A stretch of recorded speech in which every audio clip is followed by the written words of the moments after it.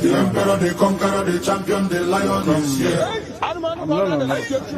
Zobu, zobu, reigning by master.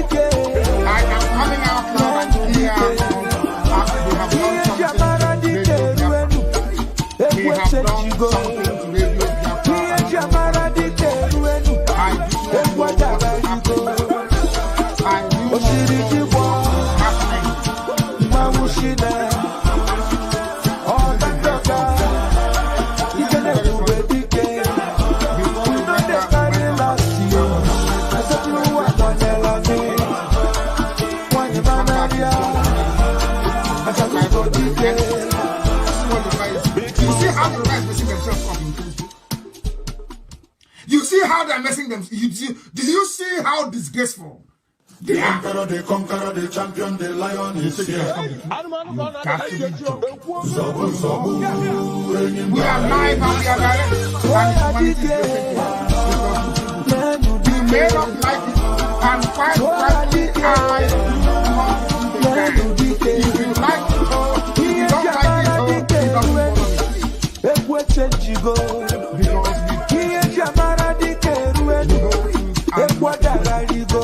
We are live and we are direct.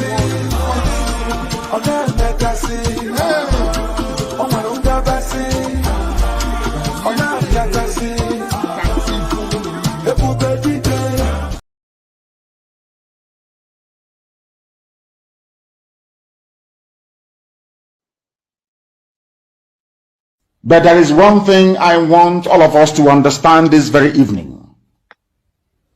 We are facing a very formidable array of enemies, both external and within. And we are going to overcome each and every one of these obstacles. That I can assure you, that they may know that the God we worship is an invisible God, not a God that was wrought by the hands of men. For we do not worship idol, and we can never ever worship idol. Is impossible. This very family, this IPOB, belongs to the Most High. And that is how it's going to be until Biafra comes and beyond, to eternity. This evening, I want to place it on record that our enemies are intensifying their attack against us from every corner. I am not saying this as lamentation or complaint. I am only trying to prepare our people for what is to come. You are being prepared for what is to come. The time has come to separate the chaff from the wheat itself. Our march is very, very near. The enemies are trembling, they are quaking, they are doing all they can to try to stop us. But they have failed very woefully, and they will continue to fail. But I want to tell you that we are getting attacks from everywhere all over the world. And very soon, they will buy over some of you. They will buy some of you over. The spirit of Obabiasika and Ifajuna are still in some of you. When the time comes, they will buy you over. I am not doing this program tonight to ask all of you to be strong. I am doing it to remind you, not that if they succeed in buying you over, you're not going to stop what we're doing. You can't. You cannot. Not in a trillion years. But I need you to appreciate one very simple fact. That at the end of this very race, everybody will testify that indeed Chukwuokike Abiama, the same God of Israel, of Abraham, Isaac, and Jacob, the same God of Ehiri in Aguleri, the same God of Umweri, the same God of Ora-Eri, the same God of Owe-Eri, the same God of Arochukwu, not to be nobody, the true God, one true God. You will know that indeed, not only is he omnipotent, that same God is the owner of this very agitation. No human being can stop it. We have enemies, and we need to be very, very careful, both within and without. Very, very careful. The next 2 weeks will be very pivotal. Next 2 weeks will be very, very important in the life, or should I say, in this very mission that we have embarked upon. The devil will do everything. And you are going to watch spectacularly how we are going to destroy and shame the enemy. That at the end, every glory and adoration will belong to God and not to man. Now let us go and tell you what is happening that some of you do not understand. I want those of you who are hardcore, those who were chosen before you were born. There were some people who were chosen before they were born to agitate for Biafra restoration. This is a message for you. Those who from their mother's womb they were born to do this very work. You must be very, very strong. Because Biafra will open the eyes of black people all over the world. Because Biafra will mean that blacks from America, blacks from the Caribbean, from Southern America, they will all flood into Africa. It will be like the time that Yeshua was born. Biafra is like a light, a beacon. They will follow it. They will say, let us go and see what is happening there. That is what these neo-colonialists do not want. They don't want Biafra to come. I am telling our people so they understand. The mountains, I didn't say one mountain, the mountains in front of us that we need to overcome. And for us to overcome it, we need to be very strong mentally, mental strength. Just like when you're doing anything in life, and it appears as if you are being buffeted from everywhere. That is the time that you no longer rely on willpower or your muscles. You go to your brain to endure and to persevere and to keep going until you overcome. That is the stage we are in right now. To make sure that our brain is in gear to confront everything the Janjaweed has to throw at us. We don't have money. Their budget is over $20 billion to fight us. They can bribe Facebook. They can buy them off. They can do anything they like. They can come to some of you and bribe you off. They can promise you what you've never had before. They can give you maybe a house in Dubai. They can promise you a vehicle. They can tell you, oh, we'll make you vice president. They can promise you anything to make sure that you're like them. But this very IPOB, this very hardcore is not going to move. And I will tell you why we can't move.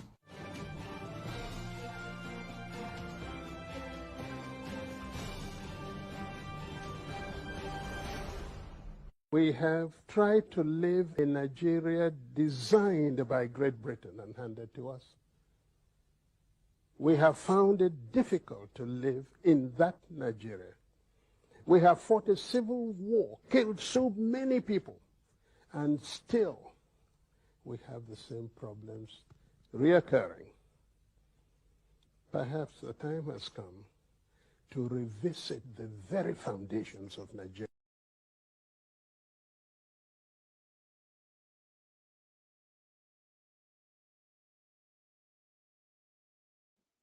Are defending him.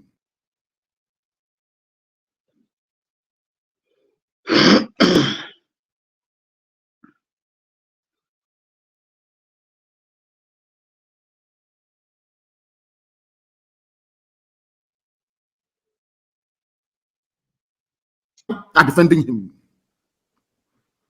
Fulani people are defending him. But you idiots from the south, from the east, you're talking rubbish about your one Nigeria. Whereas a terrorist, a killer, a murderer is in government as a minister. His own people are the people defending him. But you are in the south attacking those who are fighting for your freedom. And you're telling me that your brains are normal. Maybe that's your one Nigeria.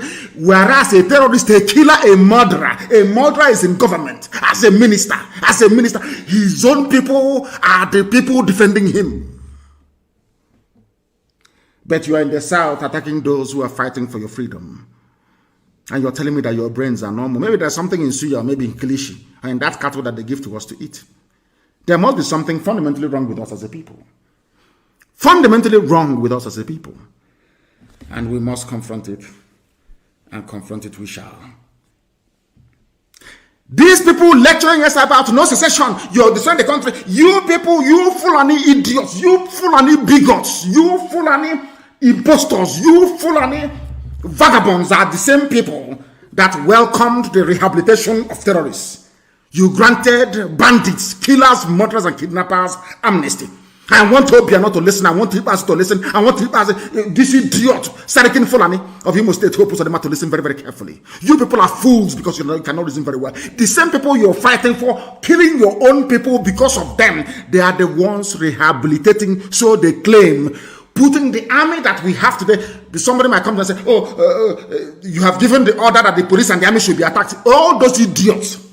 Some of you fools who cannot reason, we are not attacking any police. We are attacking the terrorists that they brought into the police and into the army. They are the ones killing our people. We must defend ourselves. You fools cannot reason very well. We are not fighting any standing or legally, properly constituted army or police. These are the same Fulani terrorists, murderers and killers. The same people that went in, in Damatru or wherever it is, killing and slaughtering Christians in droves. You fools that cannot reason. The same Boko Haram that has been killing, the same Fulani terrorists have been killing people. They are the ones now in the army. Did you not see them? Recruit them into the army? You're telling me we shouldn't fight them? These are terrorists in police uniform and army uniform. You're saying we should not fight them? Is that what you're saying? Are you that foolish? Are you that stupid? This same Fulani pontificating about peace and unity and anti-secession whatever garbage that they are pouring out of their useless, stinking Janjaweed mouths. These same idiots, these same fools are the ones that rehabilitated Boko Haram. So they claim. These fools are the ones that granted amnesty to bandits. Now, let me surprise all of you. Surprise, surprise. Those that are giving amnesty to are Fulani terrorists, Fulani bandits, Fulani kidnappers, Fulani headsmen who are murderers and land-grabbing urchins. These are the people that are giving amnesty to. You people should reason. You zoo animals called Nigerians, reason for once. The hypocrisy in Fulani, their hypocrisy is astonishing. Hypocrites. Fulani, who is responsible for the state of almost anarchy in the zoo, who is responsible for the hopelessness of the security framework of the zoo, Fulani, who is responsible for insecurity, Fulani, who are the bandits, Fulani, who are the terrorists in the zoo, Fulani, which people are going about slaughtering and taking over other people's farmlands. It is you. You people are the problem. Unfortunately, some idiots from the south cannot see it. You wanted to show us that you know how to write grammar, writing rubbish about one Nigeria. You are defending something that's indefensible. Indefensible. Indefensible, you fools. Some smelly rats, some smelly garbage, gutter, alamajiri, gutter. The lowest of the low. If it's one of those of their fools talking, I will even understand. From the gutter. Not contributed one single thing to the advancement of the zoo. Not one single contribution has the Fulani ever made. Tell me one national contribution that the Fulani has ever made to the advancement of the Zoological Republic of Nigeria. Just name one thing, absolutely nothing. They want power. Power and control of oil and gas. That's all they need. That's all they want. So they can run your lives for you and control your destiny. And you're not ashamed of yourself to claim that you're educated.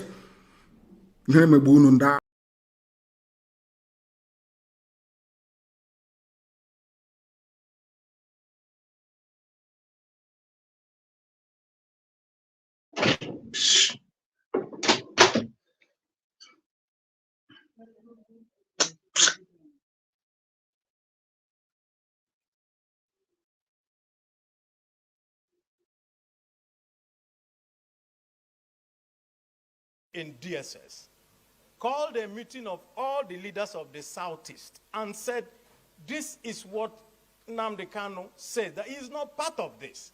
Yet, every Monday, what happens is this.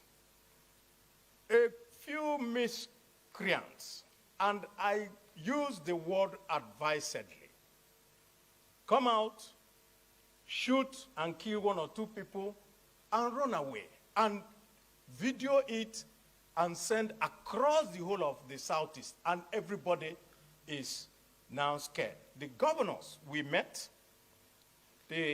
all of us in the National Assembly we have met, everybody has condemned it. I need the Senate to know that there is no one in the Southeast except the criminals who support this sit-at-home. Their modus operandi is simple. It's just terror. I have called the market leaders in Abia, and I said, you can't continue to stay away.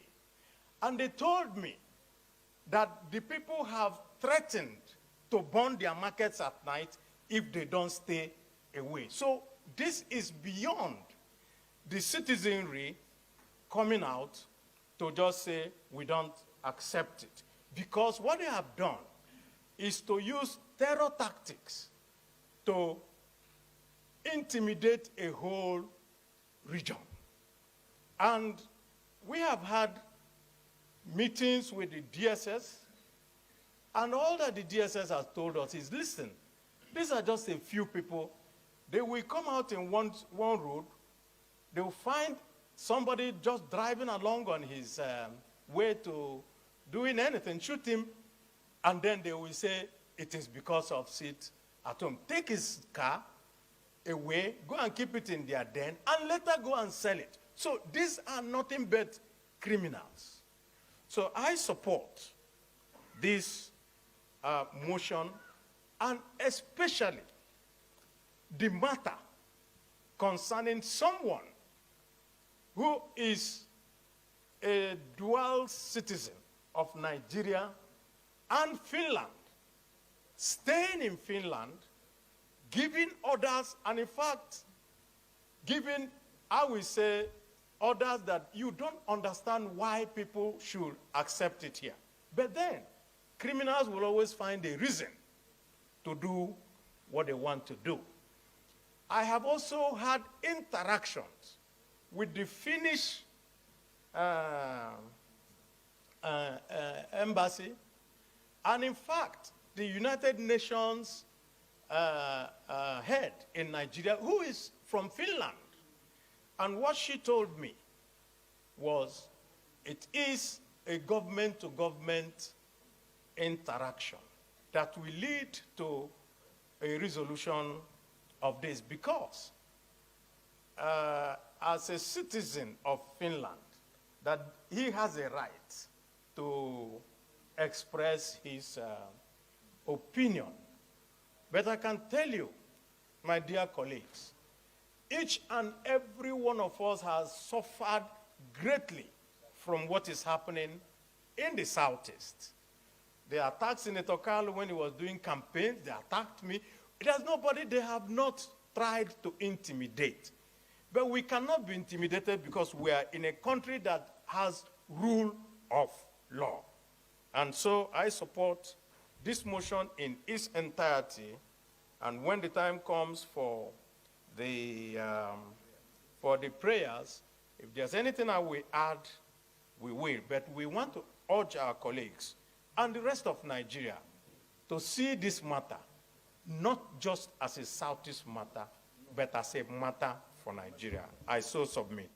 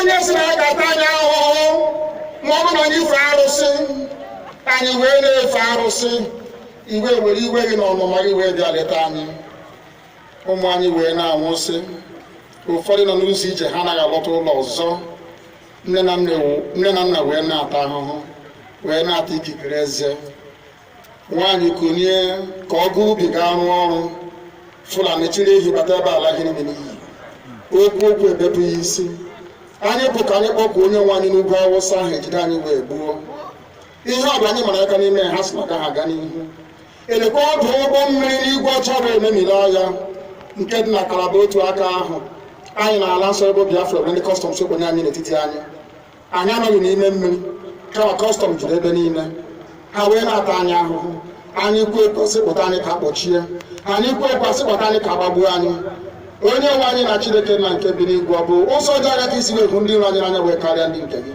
akwa anyị bụ ụmụ Chineke akwa ọba aha anyị ka anyị na-aza akwa ọba anyị nwe na-aza ike Chukwu akwa ọba anyị nwe na-aza amara Chineke akwa ọba anyị nwe na-aza Chisom akwa ọba anyị nwe na-aza Chizọba nna nke dị nsọ onye ime eluigwe dịka otu onye iro bi na anyị bụ ụmụ gị bịa ka iwe zọpụta anyị bịa ka iwe napụta anyị n'aka ajọ ihe bịa ka iwe lụọrọ anyị ọgụ bịa ka iwe tịtụ ozu ọ bụ ọkọwa mgbe emilere Goliat Chineke nna nke igwe ruo ememile Fero sikwa otu a mee ka Fero gbagụzọ n'ihu ụmụ ndị anyị bi ka o wee taa akọkọ ikuni ụtọ ọzọ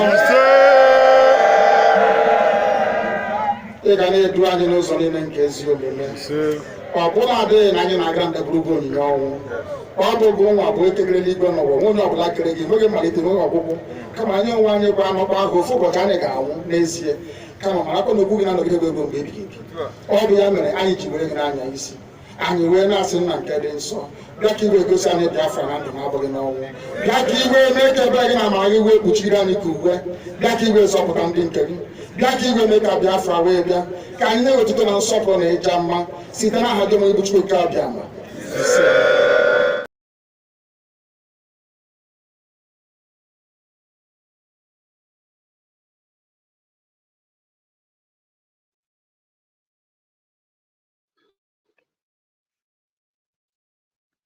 Good evening, fellow Biafrans and lovers of freedom all over the world.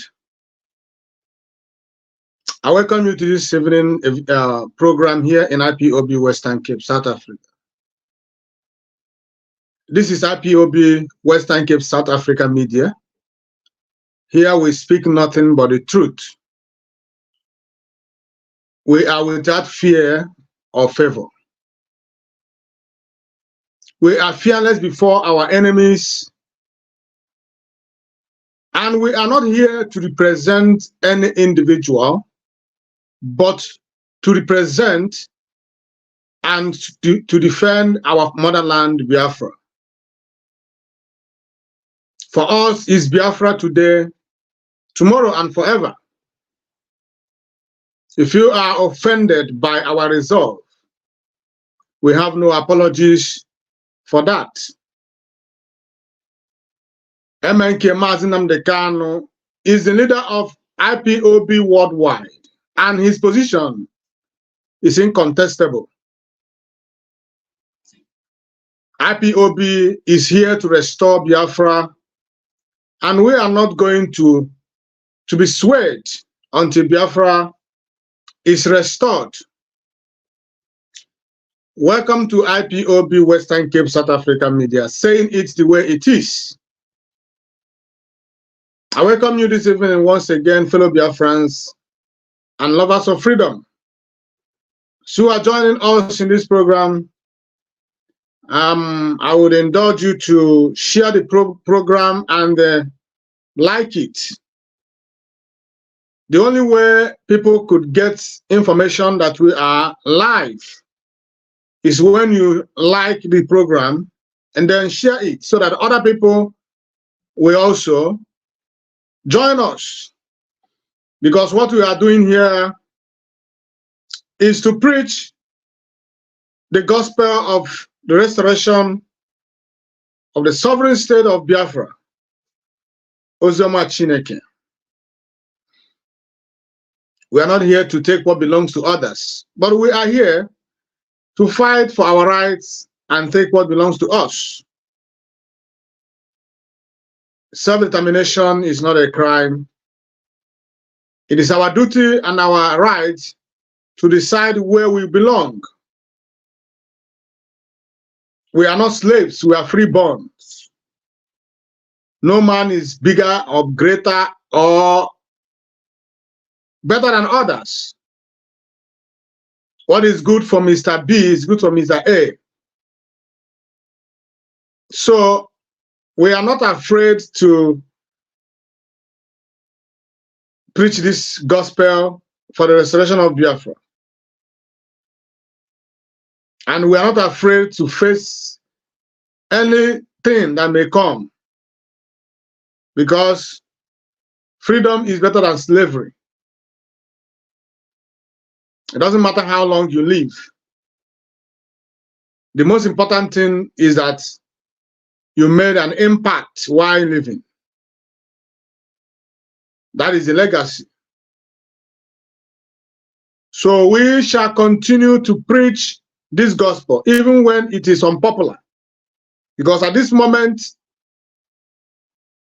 it is unpopular to belong to IPOB. It is unpopular to talk about Biafra restoration. It's unpopular because so many things has happened and is still happening today. So as you are joining us, I want you to sit back and enjoy what we have for you this evening with my honorable guest in the studio this evening. My name is Mazi Oyebuchi. I'm the host of IPOB Western Cape, South Africa Media. By the grace of Chukwu Okike Abịama Premier Niile, I am the coordinator, Parklands Unit, here in Western Cape. We are reaching you live from Cape Town. I'm bringing you greetings from my able coordinator, the coordinator of Western Cape, Mazi Innocent Danlia, the only man that I respect, the only man that stands for what is right. When you talk about hardcore, he is one of them. I am bringing you greeting also from all the coordinators and executive of Western Cape, South Africa. These men are wonderful. These men are hardcore.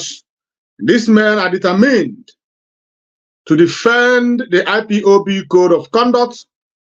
They are determined to stand in the gap until our leader, Mazi Nnamdi Kanu, rejoins us. Wherever you see them, please buy them a bottle of beer. These men, they stand their ground against all odds. That you are still hearing about South Africa IPOB today is because there are men in Western Cape who saw the danger and stood against it eyeball to eyeball. Today, the enemies are running kitty kata kata everywhere.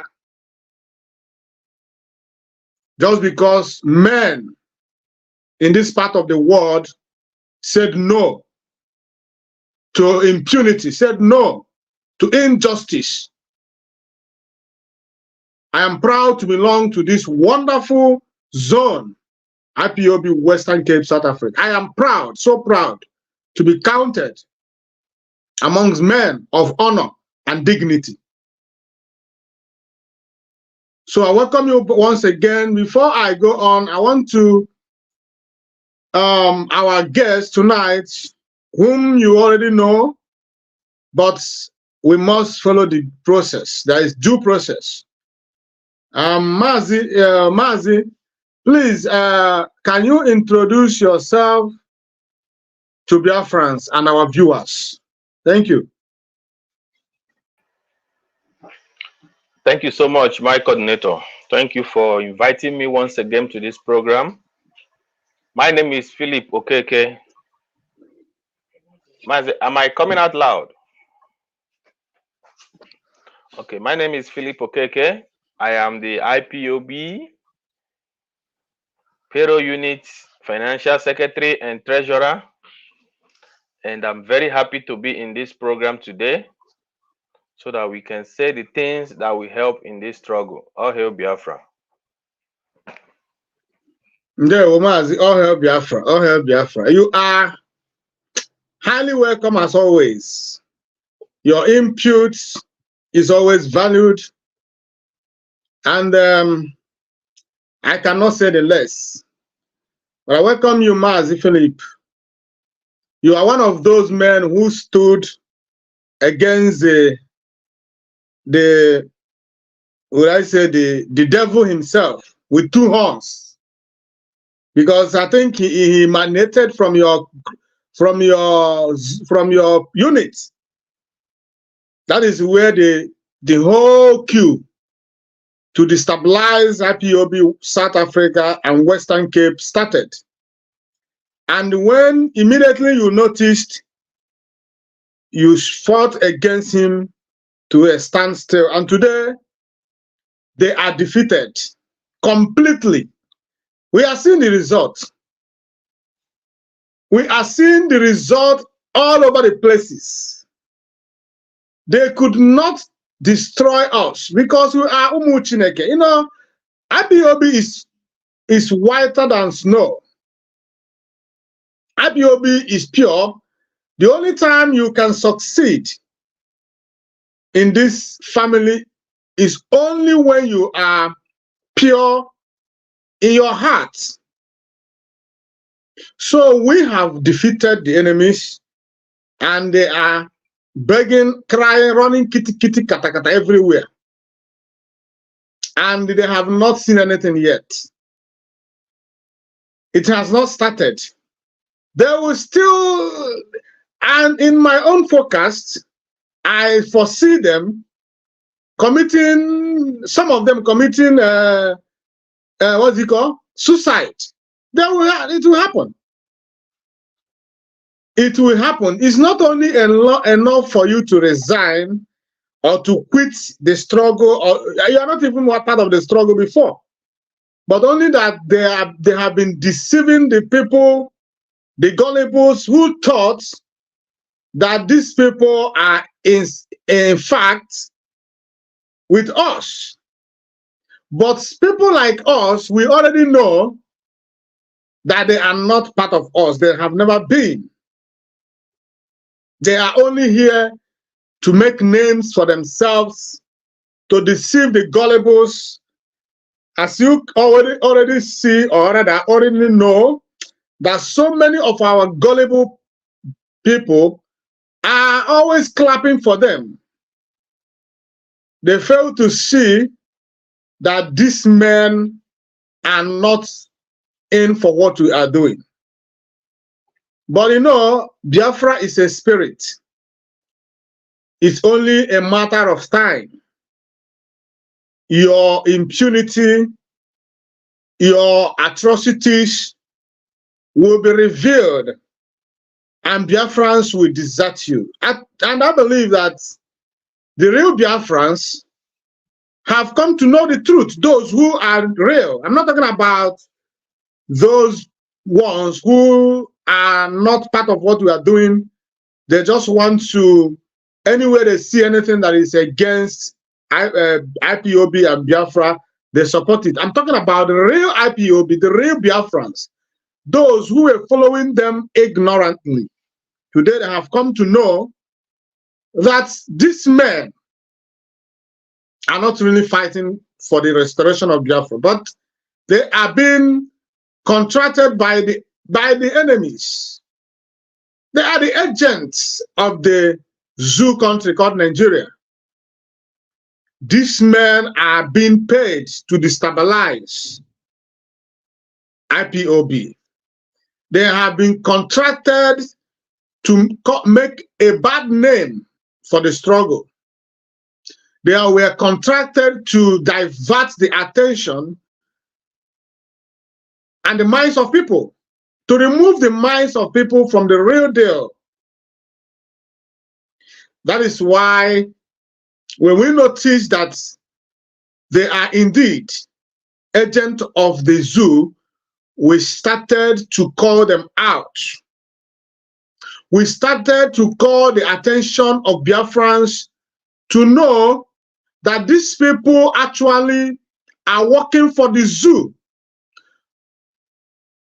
You know, they turn around to call those who are actually fighting agents of the zoo so that they can put confusion. You know, they are agents of confusion.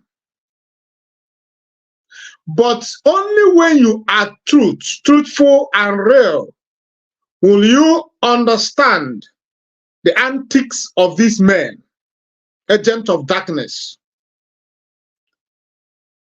They saw it, they embraced evil, and they worked for the evil, for the darkness. And today, I'm happy that some of us who has not seen anything, we have come to see. They have come to expose who they really are. So our program tonight is not going on a particular direction. We will be touching all aspects as long as time permits us. Because ndị Igbo si na onye nọ ya na-agba ọkụ ada achụ oke. Maka na onye ara sị na ihe mere onye ara bụ na ọ na-ekwu ọzọ anabata ya n'ọnụ. We have a lot of things to say because a lot is happening. And dear friends, I want us to remember that in the next 3 days, our leader will be appearing before the Supreme Court of Zoological Republic on the 5th of this month. That is on Thursday. So you must put him in prayers. We know that the enemies don't want to let him go. But when you pray for Chukwu Okabiama to take control, on that day, something good may happen. So I want you to pray for him always. On Thursday, which is the 5th of October, Onyendu will be appearing before Supreme Court. I only hope and pray that they don't cancel it or shift it. I only pray and hope that he appeared himself so that we can also see him, because it has been a long time that we have set our eyes on him. So I want you to pray for Onyendu so that on that day, the judgment will be on his favor as always. So, Maz, you know, you have not, because of engagements, I've been trying to bring you to this platform, but one or two things happens. And I know you are following and you know everything that has transpired in the months, weeks, and days in this struggle. There's nothing that you don't know. So whatever I'm going to, or we're going to discuss tonight, is already there in the open, and everybody is aware of it. But what we do in this platform is to try our best to open the eyes of our people, because no matter how smart, no matter how clever you are, you cannot always get it 100%.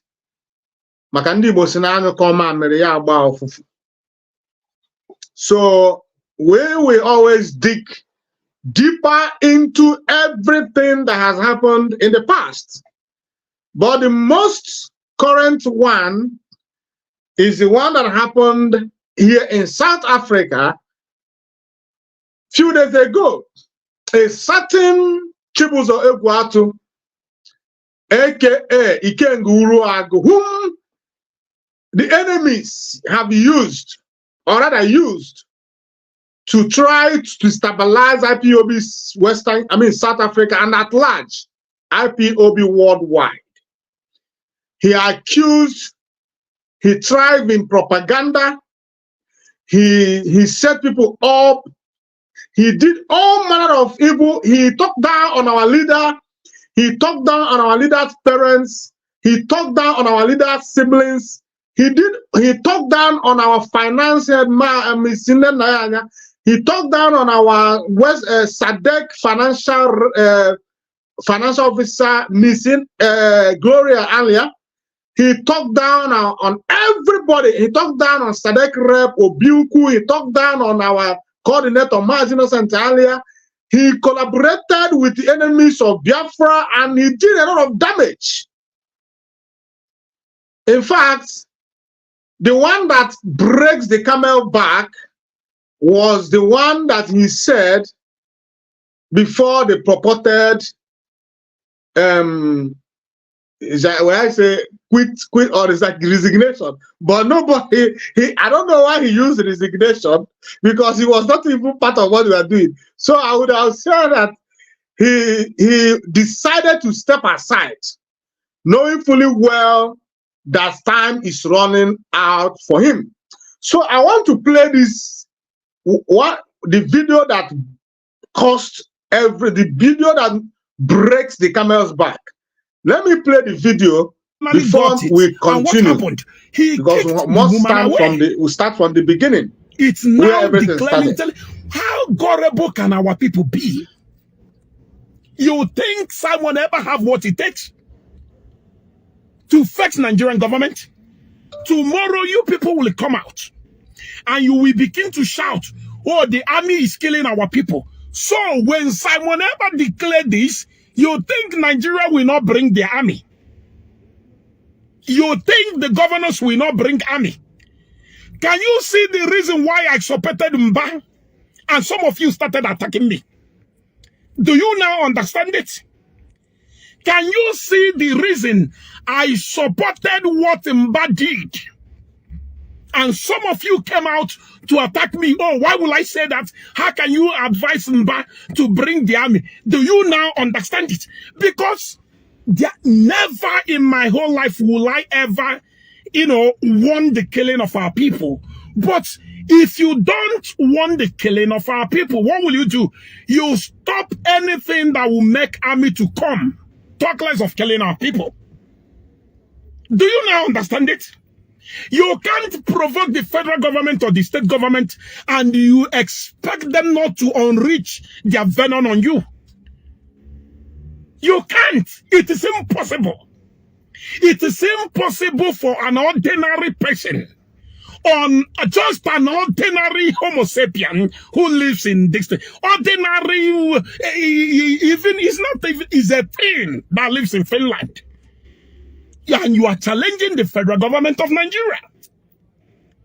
You are telling them that they will not drive their car in their own country. You are telling them that there is no car. Look, just take a look at this. What kind of provocation is this? Do you now understand the reason why the current, the man who is piloting the affair of IPOB in the person of Mazi Chikezozian call them the agent provocateurs? Do you see the way they are provoking the federal government? Do you see the way they are challenging the federal government? And it's not that.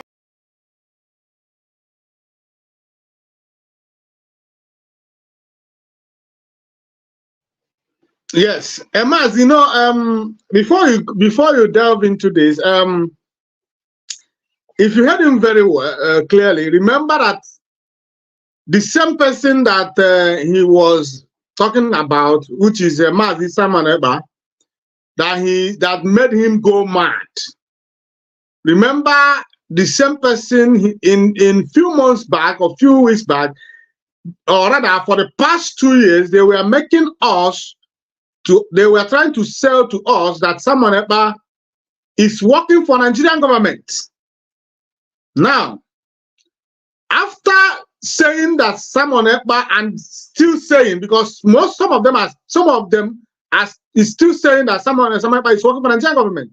After saying that Simon Ekpa is working for Nigeria, the same Simon Ekpa, you are here sweating, calling names because he said something that is working against Nigerian government. The same Simon Ekpa that you are trying to make Biafrans and the whole world to understand that he is agent of Nigeria. Now, you came here shouting, cursing, sweating, trying to tell Biafrans that Simon Ekpa is fighting or trying to challenge the Nigerian government, the same people that contracted him. So this is one of the confusion that these people have caused in this struggle. This is one of the confusion, lies, propaganda that they have thrived on in this struggle, they have used to try to destabilize IPOB.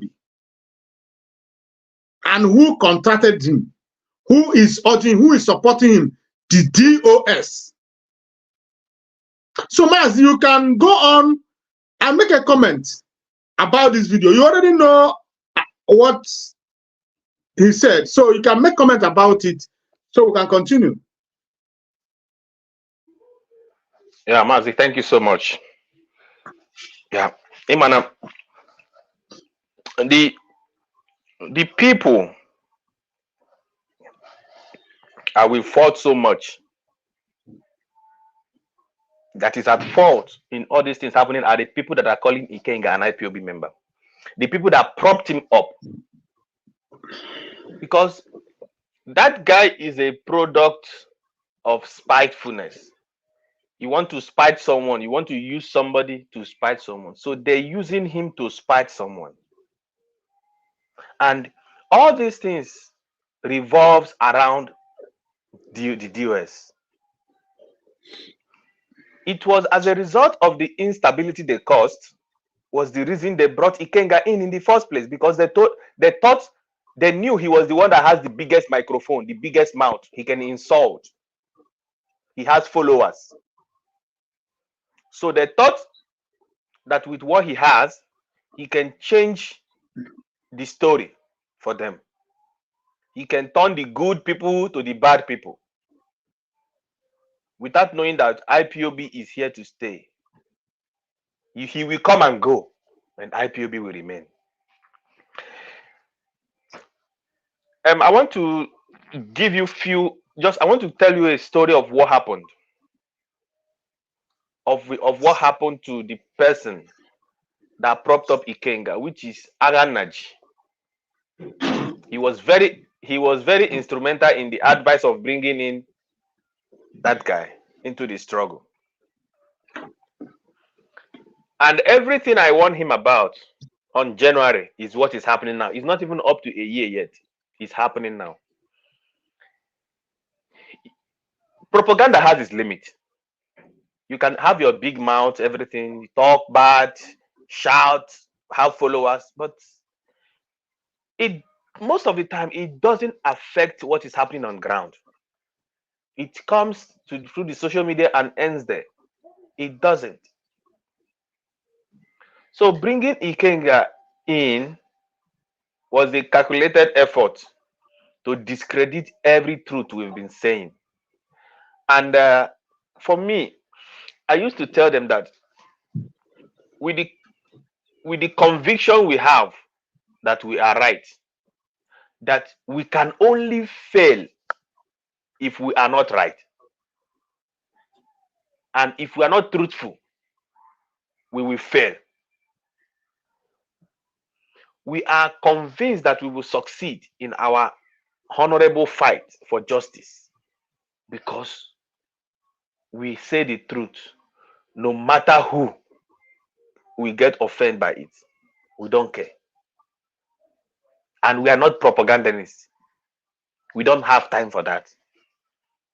We tell you the truth and we leave it there. So it is left for you to do it how you want to do it. So the matter of this guy that resigned, I think we must not say an IPOB member resigned because he's never an IPOB member. He was none. If you go and listen to his talk from last year, go to we are in October now. Go to last October and listen to most of his videos. Then you will know he's not a Biafra. He's not an IPOB member. He was never an IPOB member. So we must leave this notion that this guy is an IPOB member. Because the more you press that topic of being an IPOB member, then people will be seeing us as people that gives up, that we fight and give up. They see us as lazy people. He was never an IPOB member, and he's not even there for up to a year. He's not even there for up to 1 year. So he is not an IPOB member, because an IPOB member will always be there, come rain, come sunshine. Maybe, I'm just giving a scenario, maybe what they promised him, they're not giving it to him anymore. He decided to withdraw, because I'm sure he did not come to IPOB for the interest of IPOB. He came to IPOB for his own pocket. So the finance has dried up, or the people refuse to fulfill their end of the bargain. Then he decided to leave. Or maybe the spirit of IPOB is disturbing him, Because what we are doing is not only physical, it's also spiritual. Because whichever organization you are that is fighting for freedom, and the people are fighting and dying, and you come to want to destabilize that organization, those people that died will fight you in one way or the other. So that is why in IPOB, you must be very careful in what you're doing. If you don't, IPOB job is a voluntary job. If you don't want to do, you can resign and leave instead of you want to put down the roof. Because if you want to put down the roof, the spirit will fight you, and you can never win the spirit. So Iken Guragu is not an IPOB member. He was never for Biafran. He was never for our leader Mazin Nnamdi Kanu. He was never for anything Biafra. He was propped up by the failed leadership of IPOB national executives, so that they can use him as their microphone to slander people, to destroy people's reputation, people's image. And now they are done with him. They have to throw him overboard. So Iken Guragu is not an IPOB member and can never be an IPOB member. So we will not accept his resignation, because you cannot resign in an organization you did not belong. You only resign in an organization you belong. All hail Biafra. All hail Biafra. Mazi, if you said, because from the information on our table, we heard that Ikenga, Chibuze Gwatso, aka Iken Guragu, was a coordinator before his purported resignation. Now, I want to read part of IPOB Code of Conduct, because you made an allegation here before I ask the question. In IPOB subsection B general rules, paragraph 5, yes, paragraph 5, IPOB Code of Conduct reads, oath taking is an intrinsic part of IPOB. No member shall be a principal servant of IPOB if such a member refuses to undergo the oath-taking process. That means before you become an IPOB, there is a process you undergo, which is oath-taking. But now you are trying to make us to understand that the Ikenga, Chibuze Gwatu, the former coordinator, was not an IPOB member. So how, who appointed him, and why did they go outside IPOB Code of Conduct to make such appointments? Go on. Thank you so much. I will just explain that to you. You say he was a coordinator. Yeah, I don't agree with that. The same way I will not agree that Solomon is a Western Cape coordinator. You know what I mean? He was, to spite people, he was brought in. Because if you go to the Johannesburg area, some people were not ready at all costs to do the dirty work of those guys there, of those national executives. The people that knew exactly what is happening internally refused. So, to be able to plant somebody there, the way they try to plant somebody for us in Western Cape, they have to bring somebody in from outside. Somebody that does not have the full knowledge of what they did or what they are doing. Because as you know,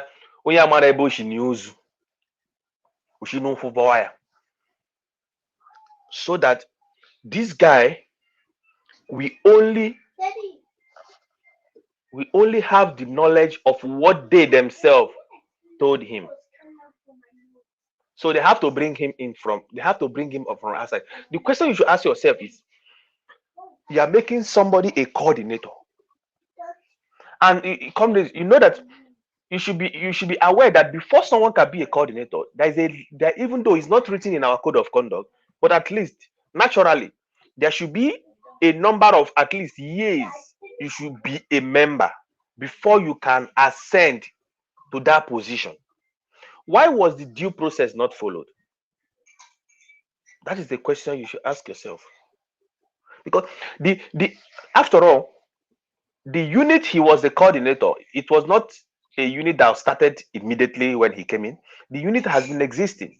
There were old members there in that meeting. Why was it that every other people were overruled, and the only person that was deemed fit to be a coordinator in that unit was a new member?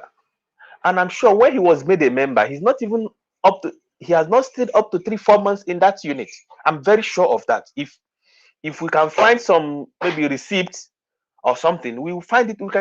We can get it, and you can be able to verify what I'm telling you now. He has not stayed up to 3, 4, 5 months in that unit, which is naturally is illegal. Because before you make somebody a coordinator like that in an organization that is as big as IPOB, the person must be vetted thoroughly to know whether he's a spy or not. And to make sure somebody is a spy or not, the person have to come for meeting for a very long period of time, so that we know that this person is serious and this person will never sell us out. Selling people out in IPOB is very easy. Taking your data, phone numbers, pictures, selling it to the zoo government is very easy. They will put you in blacklist in Nigeria. Whenever you land, they will arrest you. So why was those procedures ignored? That is the question you should ask. Why was someone that came 3-4 months, why did the person become a unit coordinator? So that is why I said that he, in all sense of things, he's not an IPOB member. He is not an IPOB member. Okay. Because even for we to accept you, even if he comes to me, for we to accept you as an IPOB member, somebody as prominent as him on social media, if you tell me your name, that you are a Ken Guruago, you want to join IPOB Pero unit, and you told me, yeah, you are a Facebook influencer, you speak, I will go to all your videos on Facebook. I will make sure I watch all of them. I will make sure if there's any place you speak about against Biafra, I will make sure I table it to you. Then I will make sure you go and remake that video and apologize for speaking against Biafra before you can even come to be an IPOB member, because you can never be a member of what you are against. Oh, hail Biafra. Oh, hail Biafra. Talking about that, you said something about the national PRO of South Africa. Ayanach. You said something about, because I wanted to bring up the audio he sent in our forum, but it escaped me. I don't know if you have it. Do you have it? Okay, it's all right. I have it on my phone. Okay. I have a lot of his audios on my email. Okay, now everything happening today, I told him is going to happen. Are you listening to me, comrade? Yes. Everything happening to him today, I tabled it out. He called me on the 1st of January, on the 2nd of January, and on the... Hello? I'm hearing you. Go on. Hello? Go on. He called me on the 1st, 2nd. Can you hear me now? Yes. Okay. He called me on the 1st, on the 2nd, and on the 3rd of January. He was begging me because nobody accepted to pick his call in Western Cape. That he want peace. He want this. When he speaks, you will think he's a very honest person. I was convinced that he wants peace.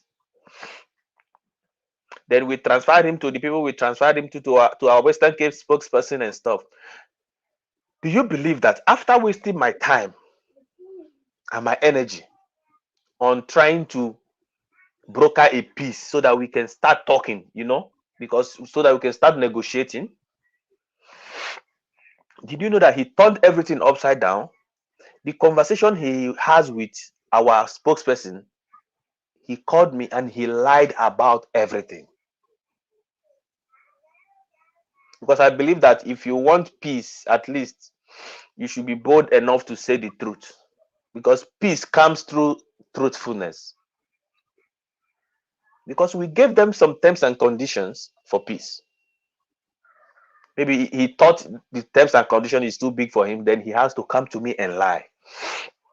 Then I called our spokesperson that this is what this guy told me. He said, our spokesperson said, everything he told me is a lie. What do you want? Everything he told me is a lie. That there is no atom of truth in there. That he has a recording of the whole conversation they had. When this guy lies, he is very convincing. He will convince you. If the conversation was not recorded, I wouldn't have known who to believe. You understand what I mean? So, with all his crocodile tears in that audio you sent to our group, there is no atom of truth in him. And he is not to be trusted. And people like that should not hold any office in IPOB in the first place. Because people that has a questionable character can destroy. The first move he would do is to apologize, to want to come and apologize. He will want to kneel down to you. He will want to beg you. Then the next thing is he will go behind your back and start destroying things. That is what brought us to this place we are today. This place of divisiveness we are today in West South Africa. This is what brought it. So this kind of people should not be tolerated in this struggle. Talk of being in a position of authority. People we should be working with in IPOB are people with honest characters that will not be deceiving the people. I believe that Ikenga was deceived. He was deceived. Because if two people are fighting, if you're only listening from one side, your judgment will be impaired. Because it is that one side that will be, because so they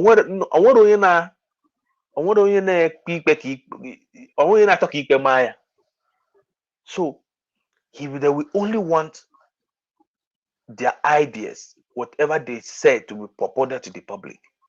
And which I don't know the level of education of Ikenga Uragudo. Because for me, I seek opinion. Whatever you tell me, I don't take it in face value. I must listen to the other side. So I don't know the level he went to listen to the other side before he decide to make his stupid move. So, but now I would say it's too late.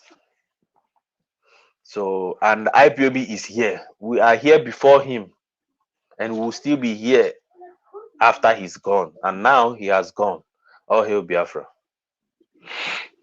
All hail Biafra. Mazi, talking about his genuity, and as you said, to me, I don't think that he's genuine, or he was genuine, or he has been, because I remembered vividly during the time of Uchemefo, I remembered the roles he played.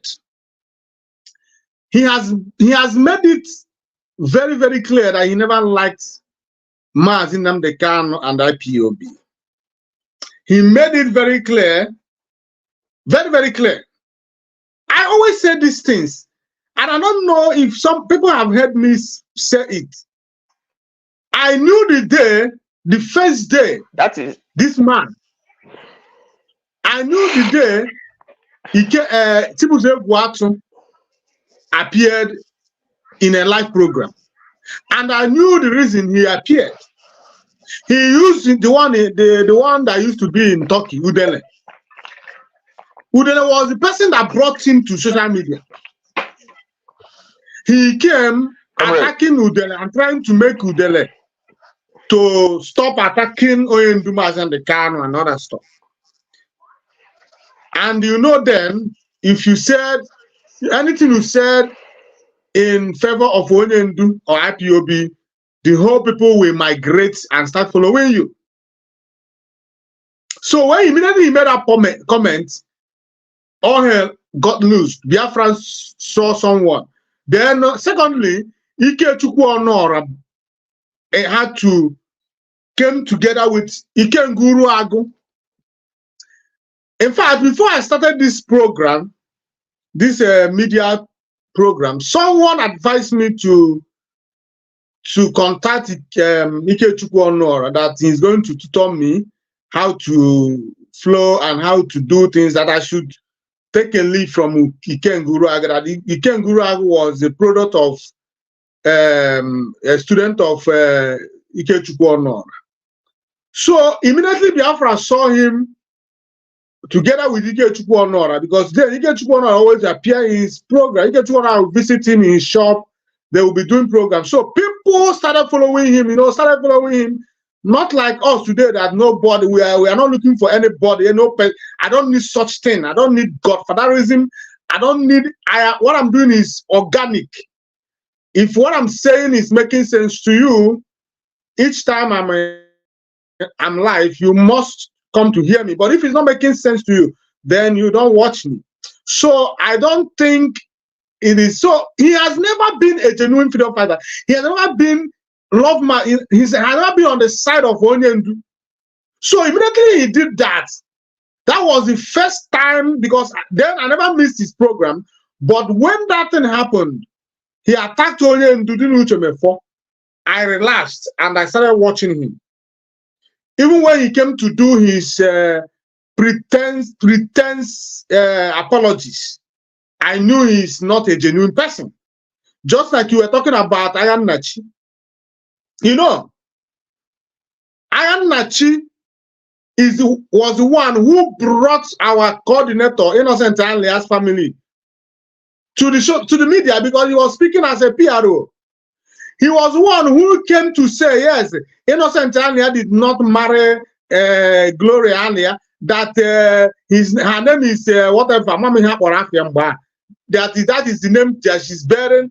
He brought our coordinator to the media with the help of the devil here in South Africa, in Western Cape, Solomon Unobia.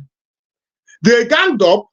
He did all this in social media. Now, the information I have, he's going back door to apologize to our financial officer here in SADC and the family. He forgot that he did the damage he did was on social media. If any peace must ensue, it must start from social media. If you want to come out and apologize and you want people to listen to you, the same way you went to social media to cause damages, because there are a lot of people who does not belong to IPOB Western Cape, who did not know, IPOB South Africa, who did not know that you have repented or that you are apologizing, that you are saying that no, everything you did was a mistake, it was a lie, it was a propaganda, it is not truth.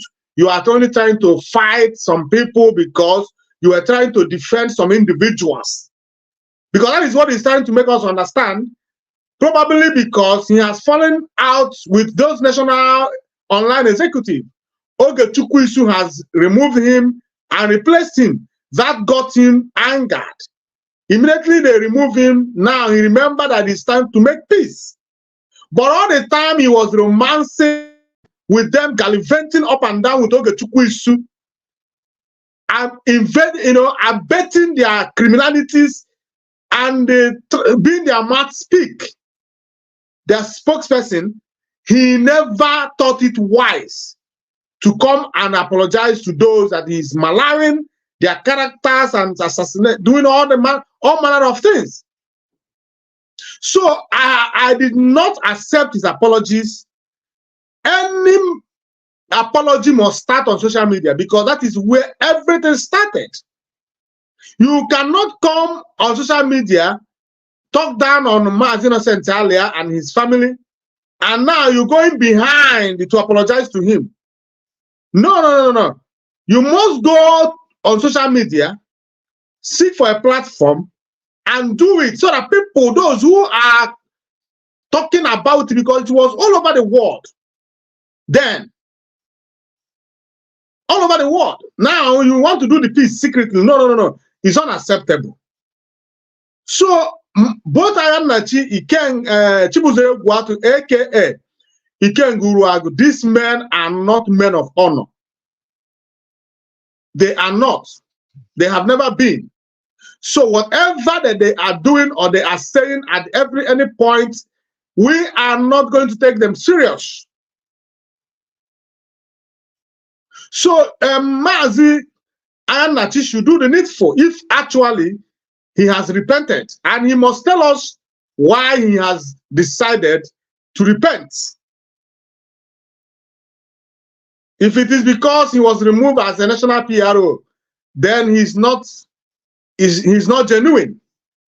But if he has looked back from the point of view and see that everything he did was wrong, that he offended so many people, he did propaganda against so many people, and he accused innocent people, then he decided to apologize from his heart. But until then, I don't see his apology as being genuine, and it's unacceptable by me and by every officer from here in Western Cape, and those people that is not from Western Cape but are in South Africa. So, and also, Maz, you know, we have not talked about who is benefiting or who benefited from, because you said that Chibuze Gwatu was deceived. Who do you think deceived him, and why? What was the benefit of that person? What is the person trying to benefit? Is the person here in IPOB, South Africa, or is the person in DOS or elsewhere? And what do you think is the reason the person used Chibuze Gwatu to cause a lot of damages against IPOB? Thank you so much. Thank you for asking this question. It's these two groups of people that benefited from this. One is the what is it called? The coordinator in South Africa. What is it called? Ogechukwu Isu. Ogechukwu Isu. Thank you so much. And the DOS. I if I say DOS, I might not, DOS comprises of a lot of people, so you might not put all of them in the same envelope, because most of them. Excuse me, please. Okay. Don't be angry. I'm against. I don't like when people, we to him brain is given, sense is required. We have brain and we can reason. Yeah. I don't want to separate anybody who has not separated himself. Okay. So when I want, before I used to make such, the only person or the only group of people that have come out to say what these people is doing, we are not part of this. Only African Red. The only African Red is the only one that came out and made it clear to the world that what these people is doing is not They are not That is why I'm representing the trying to. IPOB. That is So why I'm it trying is to make that differentiation. You know, okay. that is why I'm trying to make that differentiation. But Okay. most especially, there is a particular guy in Germany. He is the one. You know, Chike Doziem, Chinasa Nworu, all of them wanted to be. They want to be in charge, 100%. Remove everybody our leader put in charge, replace those people with the people they want. And to achieve that, how do they achieve that? They don't want to spearhead it. Then they have to give that task to someone, which is among the DOS also. So imagine Ikenga Uragu is not even up to a year in IPOB. They gave me a platform in Radio Biafra. He spoke in Radio Biafra. I hope you did not forget about it. The Radio Biafra that was given to them by the DOS. So the people that benefited, they benefited financially because they know the game will go on, but they don't know how long it will go. So they need that window of opportunity to get as much money as they want.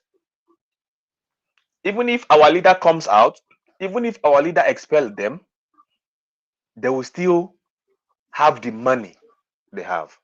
You understand what I mean? They just want to do a short time business.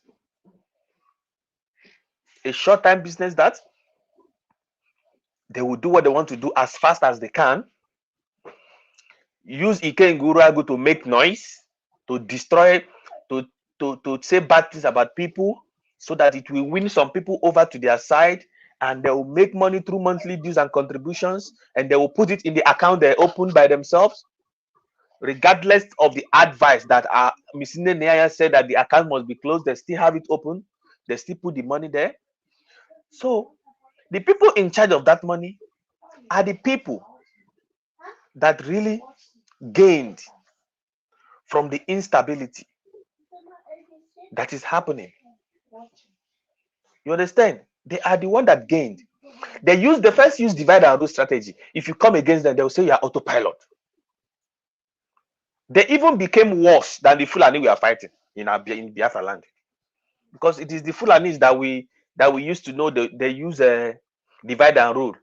Emeka from Ikwere is not Igbo, but Mohammed from Sudan is Fulani Nigeria. He can come and go. So they are the people, the DOS and the national coordinator, Ogechukwu Isu. They are the people that gained from the instability that happened. Using Ikenga Uragu. And I'm very sure Ikenga Uragu is not telling us the truth. You understand? He is not telling us the truth. He just resigned. He have not told us the main reason why he resigned. And I'm sure maybe he resigned because of, I'm still very sure that he resigned because of some financial issues. Maybe they don't want to give him his own share. But he has not told us the truth yet. So maybe in the days to come, we will still find out more about why he has resigned. Because if you did not come for financial interest in IPOB, why will you just abruptly resign and go? Comrade, you know we have been here for years. Comrade, come shine. Yeah, I was in a meeting. My fellow comrade fight me and tore my clothes. It did not stop me. I never said I'm resigning from IPOB. We have been abused and a lot of things has happened. We never go back. Because why? We are genuinely in IPOB. We are not looking for what IPOB will give to us, but what we give to IPOB. So in the process of that, those abuses should not and can never define the level you should go for something you have passion for, regardless of the financial, without any financial inducement. But for him, that come because of something. Something has happened, then he have to leave. He couldn't take it anymore because he was not genuine. Just a small wind blow and he ran away because he's not genuine. Because his reason, his intention for coming in is not a real intention. It's a subversive intention. So he couldn't take it anymore. Then he has to leave. So that explains what went on there. Oh, hail Biafra. And Maz, that brings me to my next question, because the video I played, he made a very revealing statement, which he said, and he said that he's not going to support anything that will bring military to our land. And also, he supported those who brings down military into our land to kill our people, to disgrace them, and do all manner of inhuman treatment against our people. He said he's not going to support it. Anything that will make the military come. And when I heard that, I said, on what you said now, that can I go on? Yeah, I don't know if you are getting there, because I'm arriving somewhere. Yes. So now he said, after making that statement, so now I went back and I thought about it, and I remembered Python Dance 1, Python Dance 2, Python Dance 3. I remembered name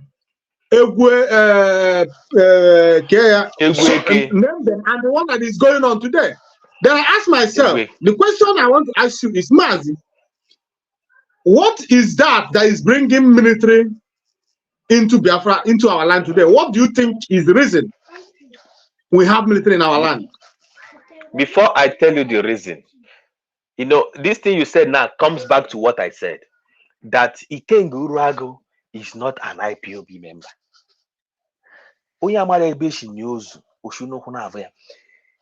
He don't know what we have passed through. Maybe he did not know about Python Dance 1, Python Dance 2, Python Dance 3. You should ask yourself, what was bringing military then in Python Dance 1, in Python Dance 2, in Python Dance 3? What was? That is the question. That he don't know. Because he really was not an IPOB member. He was not. Because if you're a member of something, you have to read the history of that thing for you to understand who is at fault. I was in Biafra land when those things were happening, comrade. In a democratic country, people have the right to protest. Who brought military to this NSAS protest where they kill people in Lagos? Who brought the military? Lekki. Who brought military there? This person is just talking nonsense.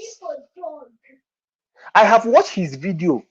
This is not the first time. I have watched his video where he's supporting the governors bringing military into our lands. When he's speaking great about them, I have watched it. Even before he joined IPOB, I have watched it. That is why when I heard that this guy was an IPOB member, I was like, really? How come? Okay, if you ask me what is bringing military into our land, I will said the only thing bringing military into our land is they want to force us to be a Nigerian. That is what is bringing military into our land. Because whatever we are doing in our land, it is in our land. We have not gone to the Fulanis, to the north, to demand for their ancestral land. We have not gone to the west to demand that they give us one village. Whatever we are doing it in our land for our freedom.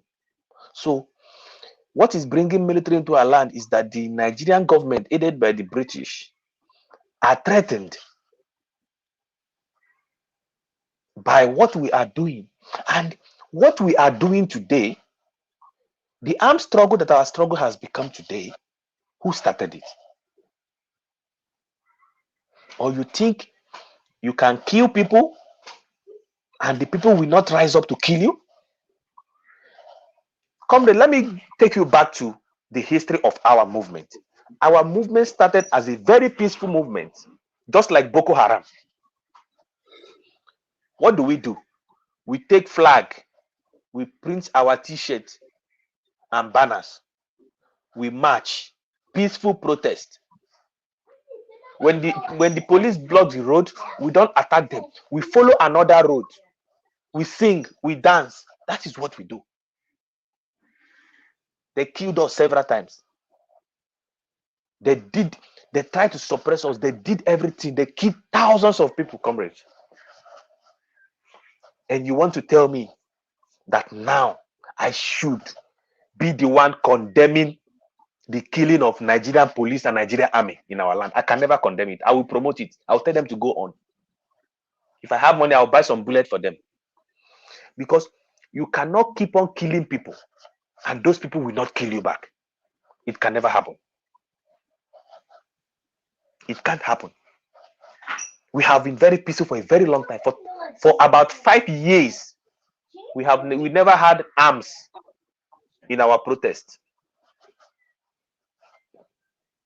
So who does that? And you are now here telling us that it is what you are doing that is bringing military to our land. Who was bringing military in 2012, 2013, 2014, when we were marching peacefully? Who was bringing the military then? Did we kill anybody then? So I want people to leave this rubbish of bringing military. People will die. Yes.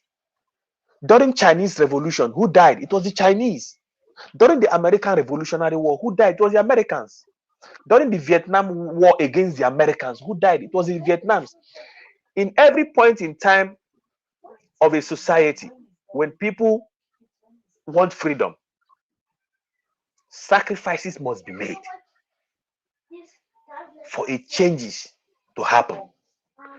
During the Sudanese war, who died? The Sudanese. So as we are fighting for our freedom, Biafrans will be dying and will be killing the enemies also. As our leader has said it, that we will kill them, they will kill us. At the end, Biafra will come. If they kill us 10, we'll kill them 1.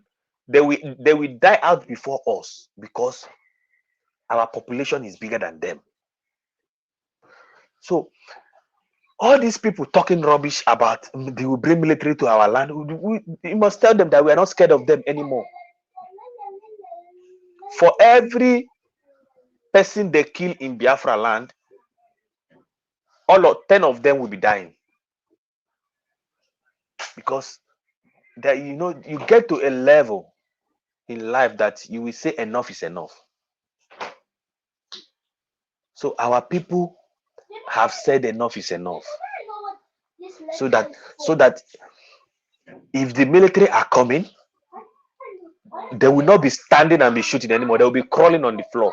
Because before, they are so bold that they stand, they shoot people, they are smiling. But now, they are crawling on the floor. They are riding on armored tanks now because they know that people are fighting back. So that is what I have to say, comrade. So, in essence, you are trying to make understand that it's not someone Eba that is bringing the military into our land. And it was never Martin and the Kano that was there. It's only that we ask for freedom. That the only thing that is bringing down the military is the agitation to have our own country. That is it.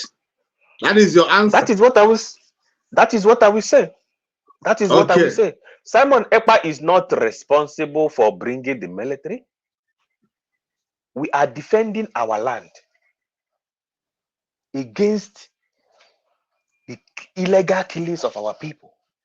You can put it the way you want, you can put it the way you want, but the way I will put it is we are defending our land. As we are defending our land, the people that want to suppress us, that want to keep us in slavery, are sending their forces to suppress us.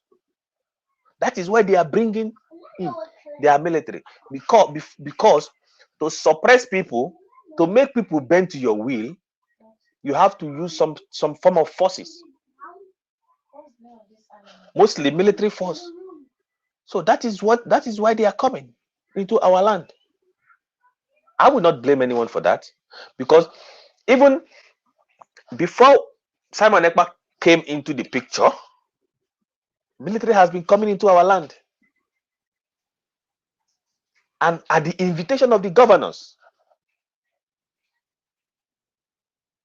So I cannot say that Simon Ekpa is the one bringing military into our land, because in 2012 they were coming, they were killing people. Simon Ekpa was not in the picture. In 2013, 2014, 2015 till about 2020, till about 2022, Simon Ekpa was not in the picture. So somebody telling me now that it's Simon Ekpa that is bringing military into our land, I see it as a nonsensical argument. So what is bringing military into our land is we are fighting for our freedom, and they don't want us to be free. Then you have to fight it out between the people that want to be free and the people that want to keep us as slaves. So that is how I see it, comrade. If you see it in a different way, you can maybe explain to me, maybe I will understand. Oh, yeah. That is exactly my own view. I wanted to get your view on this, because even though I was not there from 2013 to 2020, whatever they call it, I knew everything. I was following from the backstage. I saw how everything happened. I saw the invasion of our land. And on my research, I found out that it was not because Mazi Kanu was carrying arms. No, the only thing they were trying to shun him up.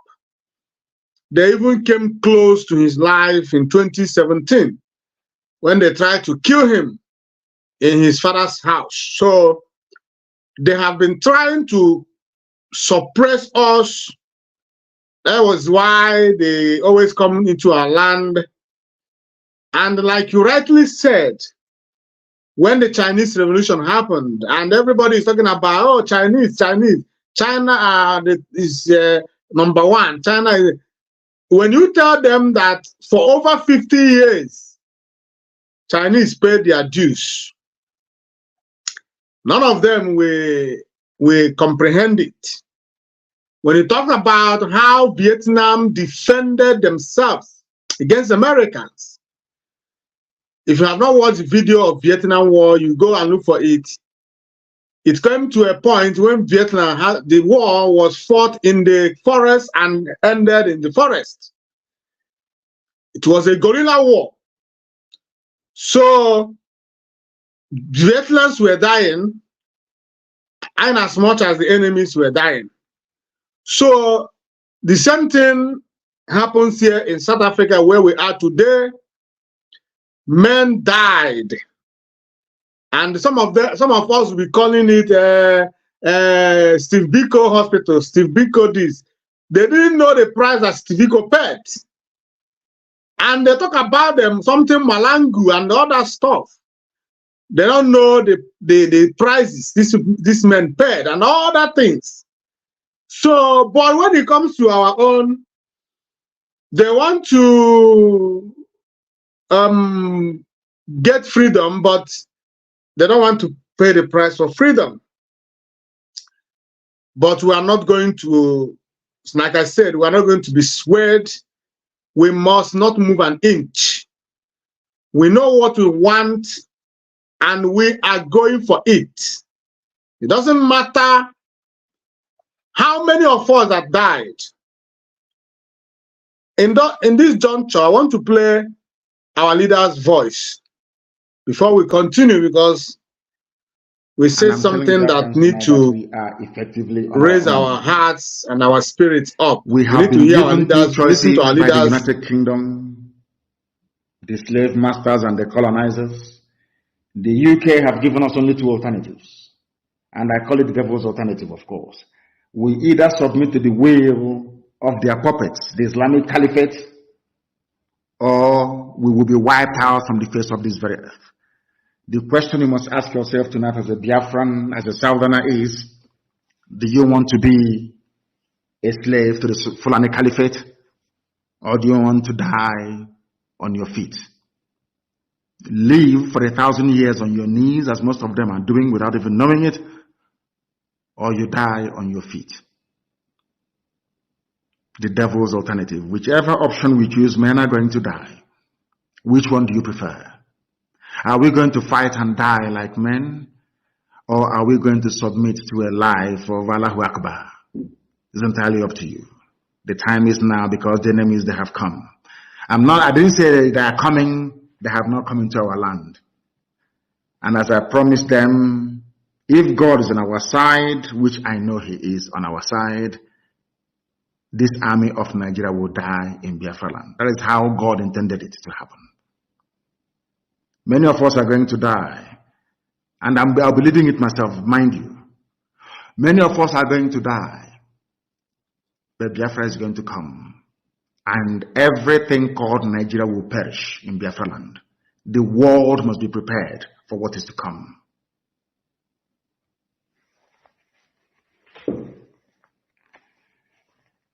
We are not going to be slaves in our land. I want to let Katona Lang, the UK government, to understand this, that we have chosen the path of death than to submit to the will of the Fulani Caliphate. Death is better for us. People are dying every day. They're not human beings. People are dying every day. Are we better than them? Those who are dying, are we better than them? We must develop the mindset of the Afghanis. In Afghanistan, that is why Afghanistan cannot be taken. It doesn't matter the firepower you have. NATO is in Afghanistan. Have they taken Afghanistan? The answer is no. You are coming to kill us, but we are also going to die together in the land of Biafra. Let anybody say I did not warn them, because things are going to start happening in the next 14 days. When it starts happening, if Fulefus may talk and yap and write their rubbish. But now that the Fulanis are kidnapping our people, disappearing us, killing people in truckloads, nobody's talking. We must make our land impregnable for them. And that will involve a lot of destruction.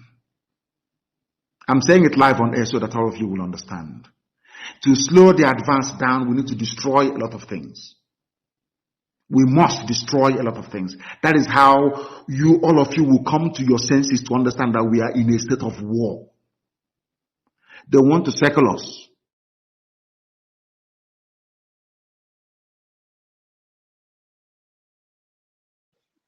Mas, before you say something about this video, I watched on social media today. Social media today was agog, everywhere, and mostly in Ebonyi State, or how to be precise. A Zambo, somewhere they call it a Zambo. It was all over social media. Like we were saying, our people want to be like Americans. They want to enjoy freedom, live in a better society, enjoy a good government, and have all the benefits that life can give. But they don't want to pay the price for it. The only thing that was asked, or every Monday, you must observe, sit at home. Mazi Nnamdi Kanu did not call for the sit at home. Everybody know it. We have said it time without number. He is against it. Yes. But Biafran said, you have given us gold, you have given us silver. You have given us something that worth life. What can we use to pay you back? Then sit at home to remind the zoo and pretend that we have not forgotten you. To remind the world that we valued your sacrifices, your selflessness, and all that things you have done for our sake. For goodness sake, this man is a prince. He should be sitting in the throne of his father, of his ancestors. He should be enjoying life in the United Kingdom, but he rejected all these things for the love of his people, and today an injustice was done against him. And his people said, for as long as it can last, we are going to bring out a day to remind the world and protest against this injustice. And now few people, few stubborn people will carry their poverty-stricken life and come out and be palambrating up and down, thinking that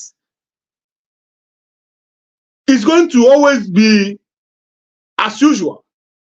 Today, something happened. A lot of people's properties, cars, buses, bikes, keke, and other things were affected, which we always tell them, anytime that sit at home is called, please observe it. Don't come out, because Nigerian governments and their thugs, criminals, will use you to shine. And if you are killed or your daily means of livelihood is destroyed, nobody is going to pay you back. It is sorry. It ends there. Please stay at home to avoid giving them the opportunity to use you and shine. Today, it happened. Going with what our leader said in the video I just played, what can you say about the stubbornness of the few, which is being fueled by the DOS, who will be telling people, no, leave it, don't come, don't obey them, go about your business. The sit at home is dead and buried. Nnamdi Kanu is forgotten. Let him fight for his life, and so if he succeeds, fine. If he fails, let him go with it. Go about your business. And people are confused. They don't know whether to sit at home or to go about their businesses. But today, those who came out made something that is unpleasant to everybody. We condemn it, but the truth is they caused it. So what do you have to say about it and the video I just played? So make comment about this. Thank you so much. Yeah, first of all, that video of our leader. So I have it on my phone here. I listen to that video every day. You will say, you will notice that whenever I'm speaking, my voice always goes to this, our leader's speech. The forceful speech that he's making. The speech he made when ESN was formed. This is the speech here. So that speech alone is self-explanatory. It should be able to explain to our people the angle that this struggle is going, and this struggle will be going to, whether they like it or not, whether they are prepared for it or not. And for the things that happen today, the activities that happen today, you know, if I have to say something about it, I wouldn't know what to say, but The only thing I would say is if the event that happened today was for the enforcement of sit at home, I support it 100%. But if it has a bad intention, whereby the government, the zoo government, uses some people to destroy our people's property, then I am not in support of it.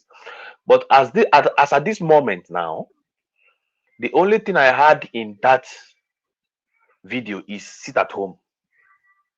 Sit at home, which is what our leader said, which is what Simon Ekpa said. The video did not say the Fulanis are coming with their cows. Sit at home. No. The video said sit at home. Today is sit at home for Biafra Day. You know, I have this attitude of not condemning anybody coming out to fight for freedom in one way or the other.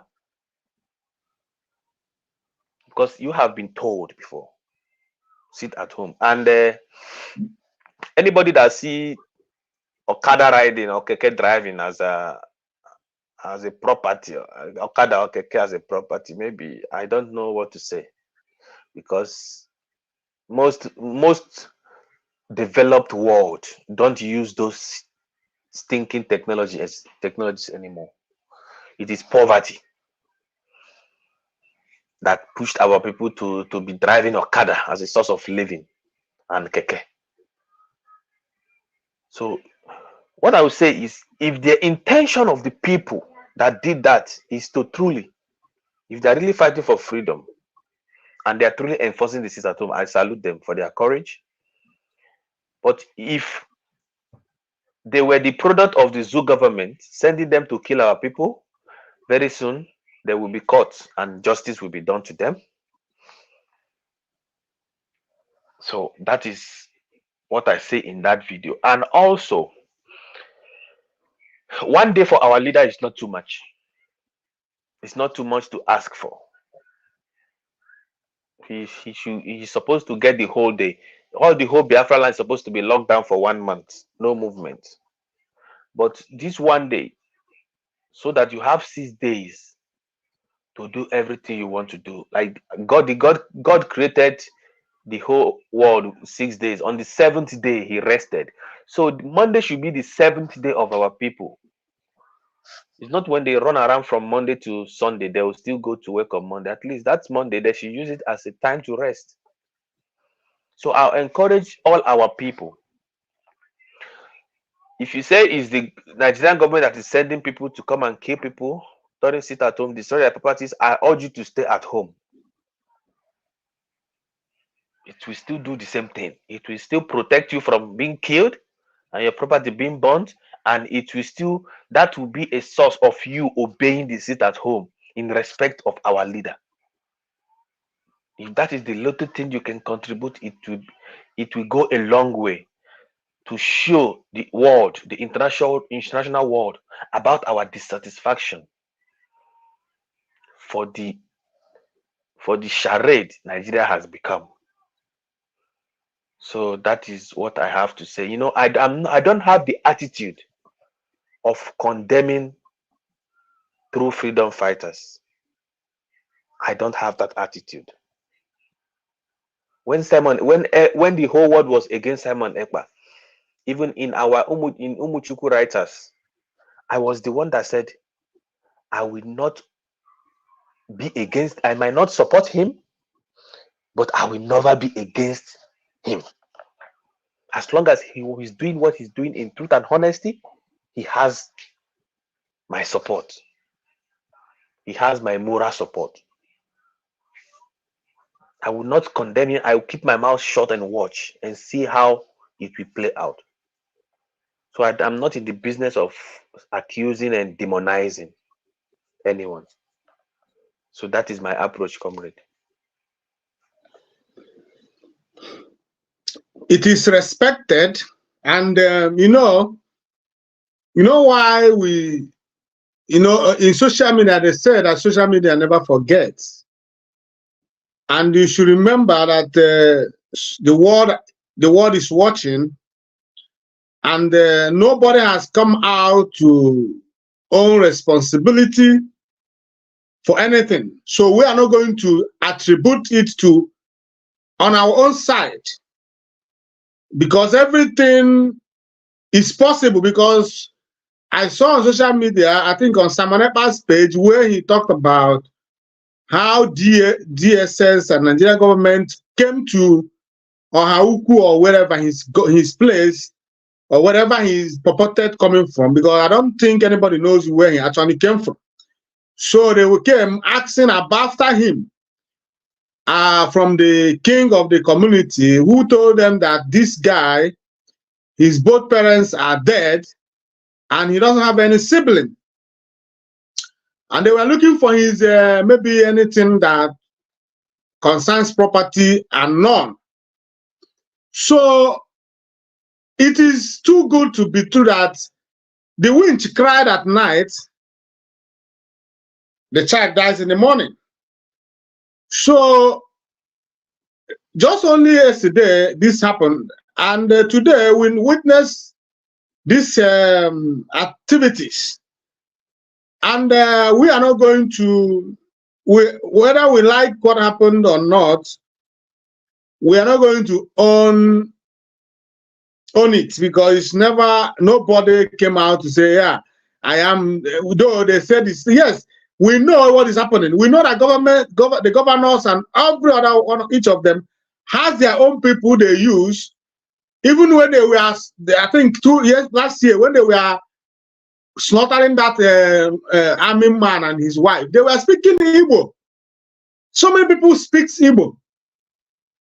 So many, I've seen a Fulani man who was born and bred in our land. He speaks even the dialect of the community, the dialects. So that they said, it doesn't mean they are part of us, it doesn't mean they are one of us.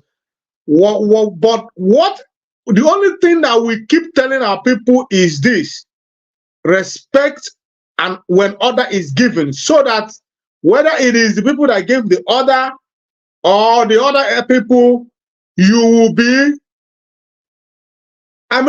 saved from any skin pain or something like that. Because when you start to disobey, you should remember that everything that have original has fake. So those people that want to blackmail, they are still there. Because the only thing they want to do is to turn you Biafrans against the people that is fighting for them, so they can use, it's happened in Nigerian Biafran war, where the Nigerian army wore Biafran uniforms and went into the riverine area of Biafran, killing them and assaulting them, which worked out for them. It worked for them. Those people now turn against us, believing that it is Biafrans or Igbo people who came to kill them. But what they refuse to think or to remember is, how can the same people that is trying to protect you now turn around to start killing you? You should think. You should reason. So we are not going to, the only time according to what is obtainable now, we believe and hear about the Biafran Liberation Army and the other. Whenever they went on activities, they made it known that they are the one. They take responsibilities for anything. So we believe on that. But this one, nobody has come out to say we are the one in charge, whether it is Nigerian government or those fighting for freedom. So we are not going to own up. We are going to leave it that way. So that is it. So that being said, there is a video that came, before, the program will be ending soon, because my program, I don't want it to always exceed 2 hours. But because, like I said, I tried to get you to come to this program, but it's proven it was hard. So today that I saw you, like I say, annual elephant, no better kg area. So today, makanya furugo ya kiriwenu, ada fugo kwada. So now that I see you, before we finalize today's program, there is a video that was on social media. You might have come across, but I want to play the video, so we say one or two before we round up this program this night, and prepare for tomorrow's activities. So let's play it and listen to the video.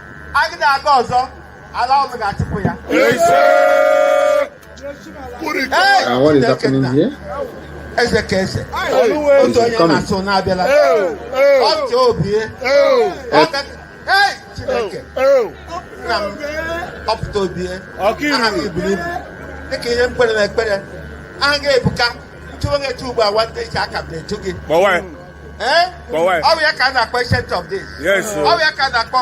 Rock of Ages.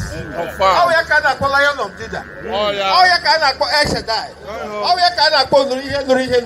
Oh yeah. Nambia Karije. On Jesse. Molola. I'll get a boot here. Then make a take it on you so that would be a piece. That was the most of them man. Every use of them man. Ask for all the day.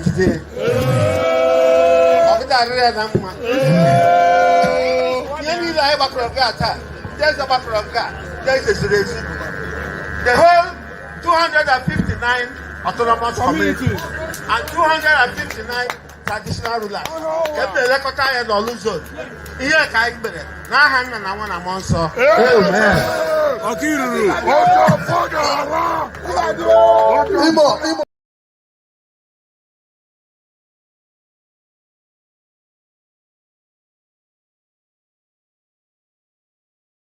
Because on my own side, the video is cracking. Did you get the video? Were you able to listen to it?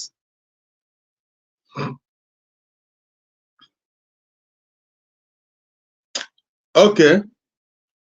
Okay, if you're able to listen, unmute. Yes, I was able to listen to it. Okay, now, you know, you have seen this video, and these are supposed to be the Ndeze that sit in the traditional stool of their various communities. These were supposed to be the custodians of our tradition and culture. These were supposed to be elders of our land who will always pour a libation to our land to bless their children and pray for them to succeed in whatever they do. But as you already see, you have seen the activities and the mass. What do you think that made these people, these elders, to speak in this manner? Comrade, it's a pap tamofu no.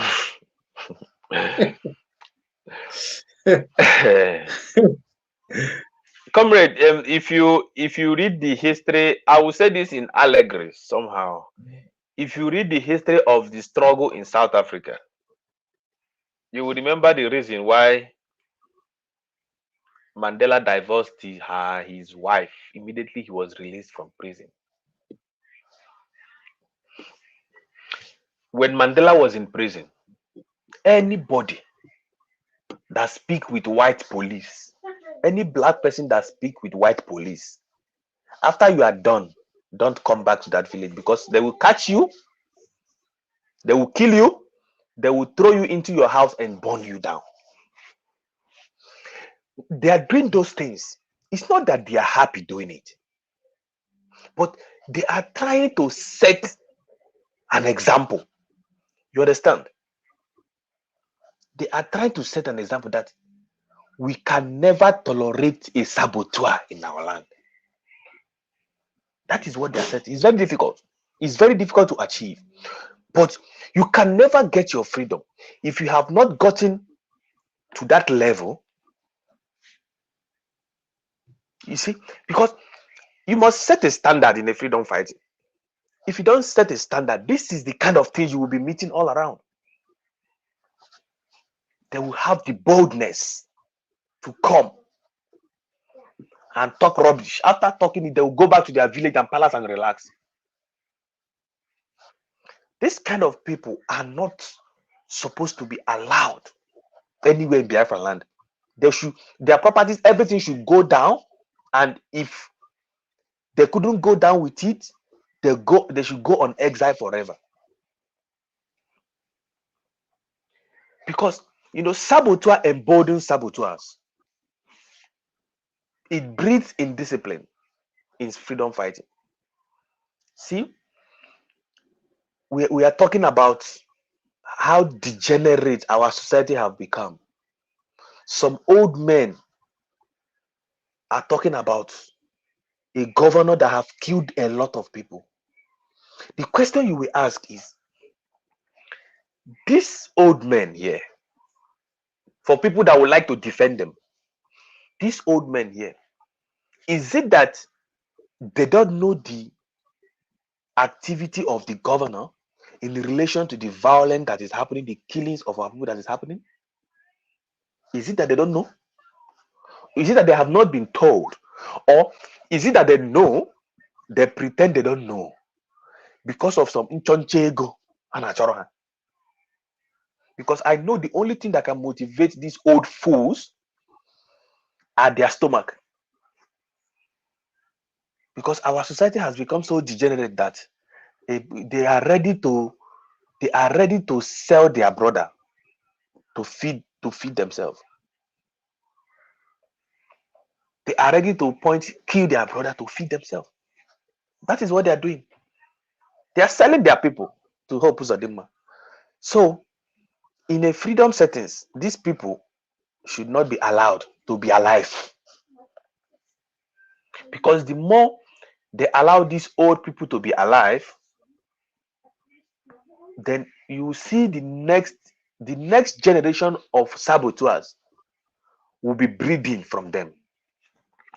But if they are dealt with thoroughly, even the people that want to be saboteur will see this is what happened to a saboteur, and they can never ever try to do that.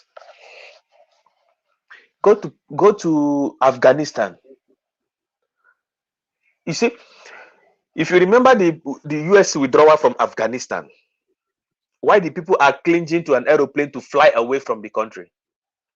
The people that are clinging to that aeroplane are the people that have worked against the Taliban in one way or the other. So they are scared. The few saboteurs left,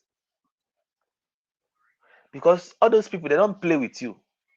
If you become a saboteur to your people, they will kill you immediately. They don't have time. They don't want to play with you. So those few people that have not died are the ones clinging to that airport to run away, because they know what will befall them. So the faster we show these people what will befall them,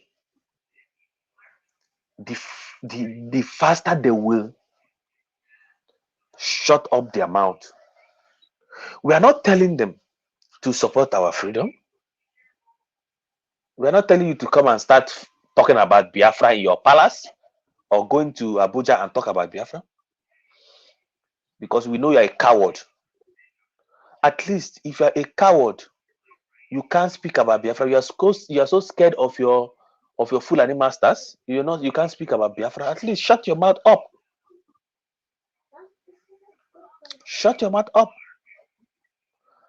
So these people are okay in our land that must be rejected and be discarded, and their history and every of their existence should be erased from memory, so that our land can be sane again, so that this freedom we are fighting, we will be able to fight it with less casualties, with less death on our side.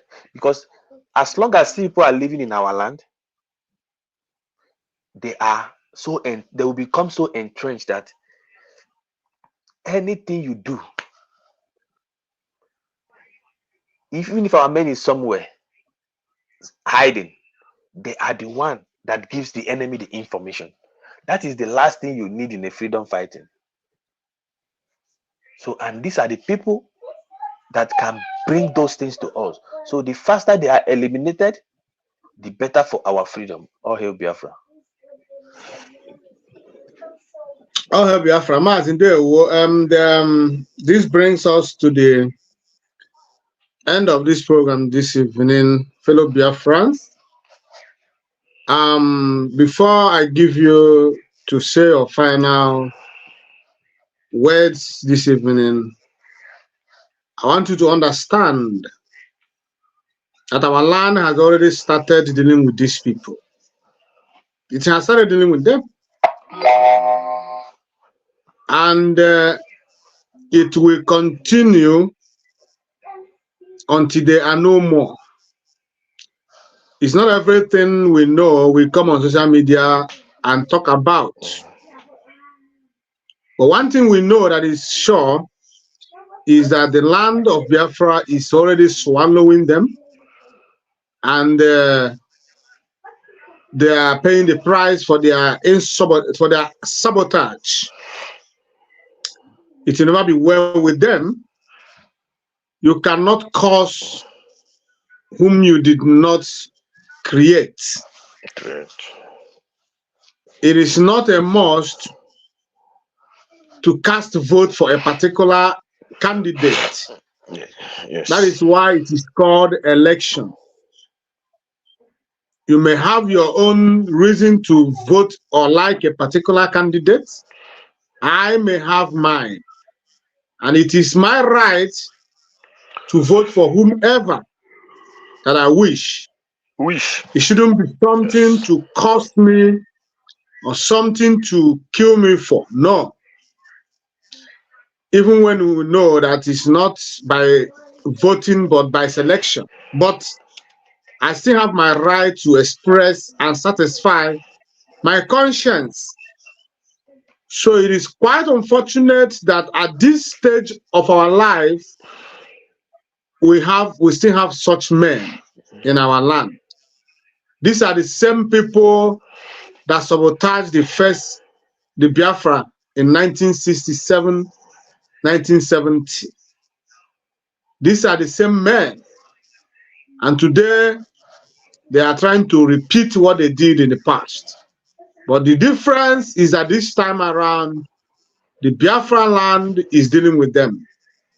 And within a short period of time, their own will be gone. Like you said, their history will be erased. Nobody will remember them to talk about again in our land. So that is where it is. And this is the idiot that they are fighting for. And look at what the idiot is saying. The man is saying about us and about our life and what makes us who we are. With the amount of money available to him, arising from the father's wealth and other well-meaning Igbo people. 50-something years after, how do you think that that thing that didn't work will now work in a digital age? So it doesn't make sense to any reasonable mind and should not be supported by any reasonable mind.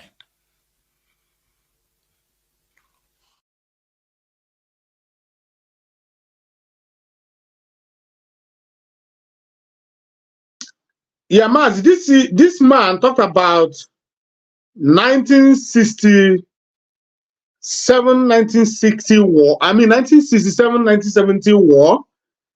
How the world was still undeveloped or unadvanced then to compare, and Ojukwu couldn't succeed. He was mocking Ojukwu indirectly. He mocked Ojukwu, our internal leader. He mocked him, but that is by the way. Then he was talking about how Nigerian government, with the help of Britain, stopped our Biafran nation from emerging and standing. I mean, standing as a nation. That if we couldn't succeed then, when the world was still in darkness, how do we think that now that the world is digital, we can succeed? He forgot that as Nigeria, as the world is emerging and becoming digital, we are also emerging as well and becoming digital. Whatever that you think that Nigeria know, we know it better. I can bet you. We are more digitally inclined than them. It is a gift. It is not by education. No, it is inborn. So on a final note, you are going to use this as your final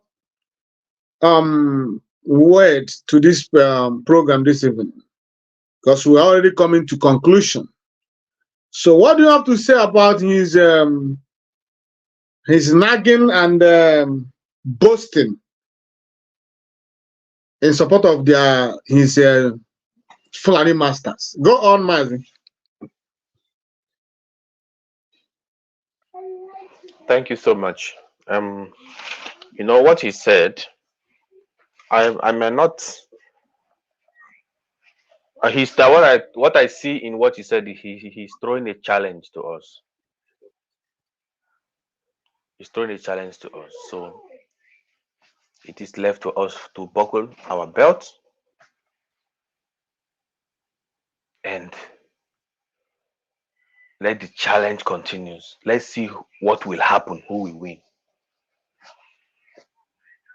He mentioned in the dark ages, but we should tell him that we are in the 22nd century. That what happened in the last war will not happen now. And you know, this governor in particular, he is the product of the second to the last video you played. The Igwes is their product, the product of saboteurism. When saboteur has become emboldened in the land, this is the kind of thing we see. People that come out boldly to condemn their people, to condemn their heroes. Because they know if they do it, nothing is going to happen. I want to ask you, have you ever seen a Fulani governor condemning Boko Haram? You can't see it, because whenever he's done, he's not going to live for 24 hours. They will catch him in his house, they will burn him down, they will kill all his families.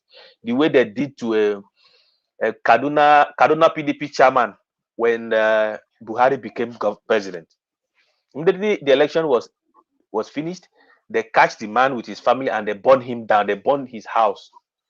They kill him and his family and they burn the whole house down. Because they know the value of speaking in unity. And they are ready to kill anybody. Even if they want to take over a whole the whole of Biafra land with their Fulani terrorists.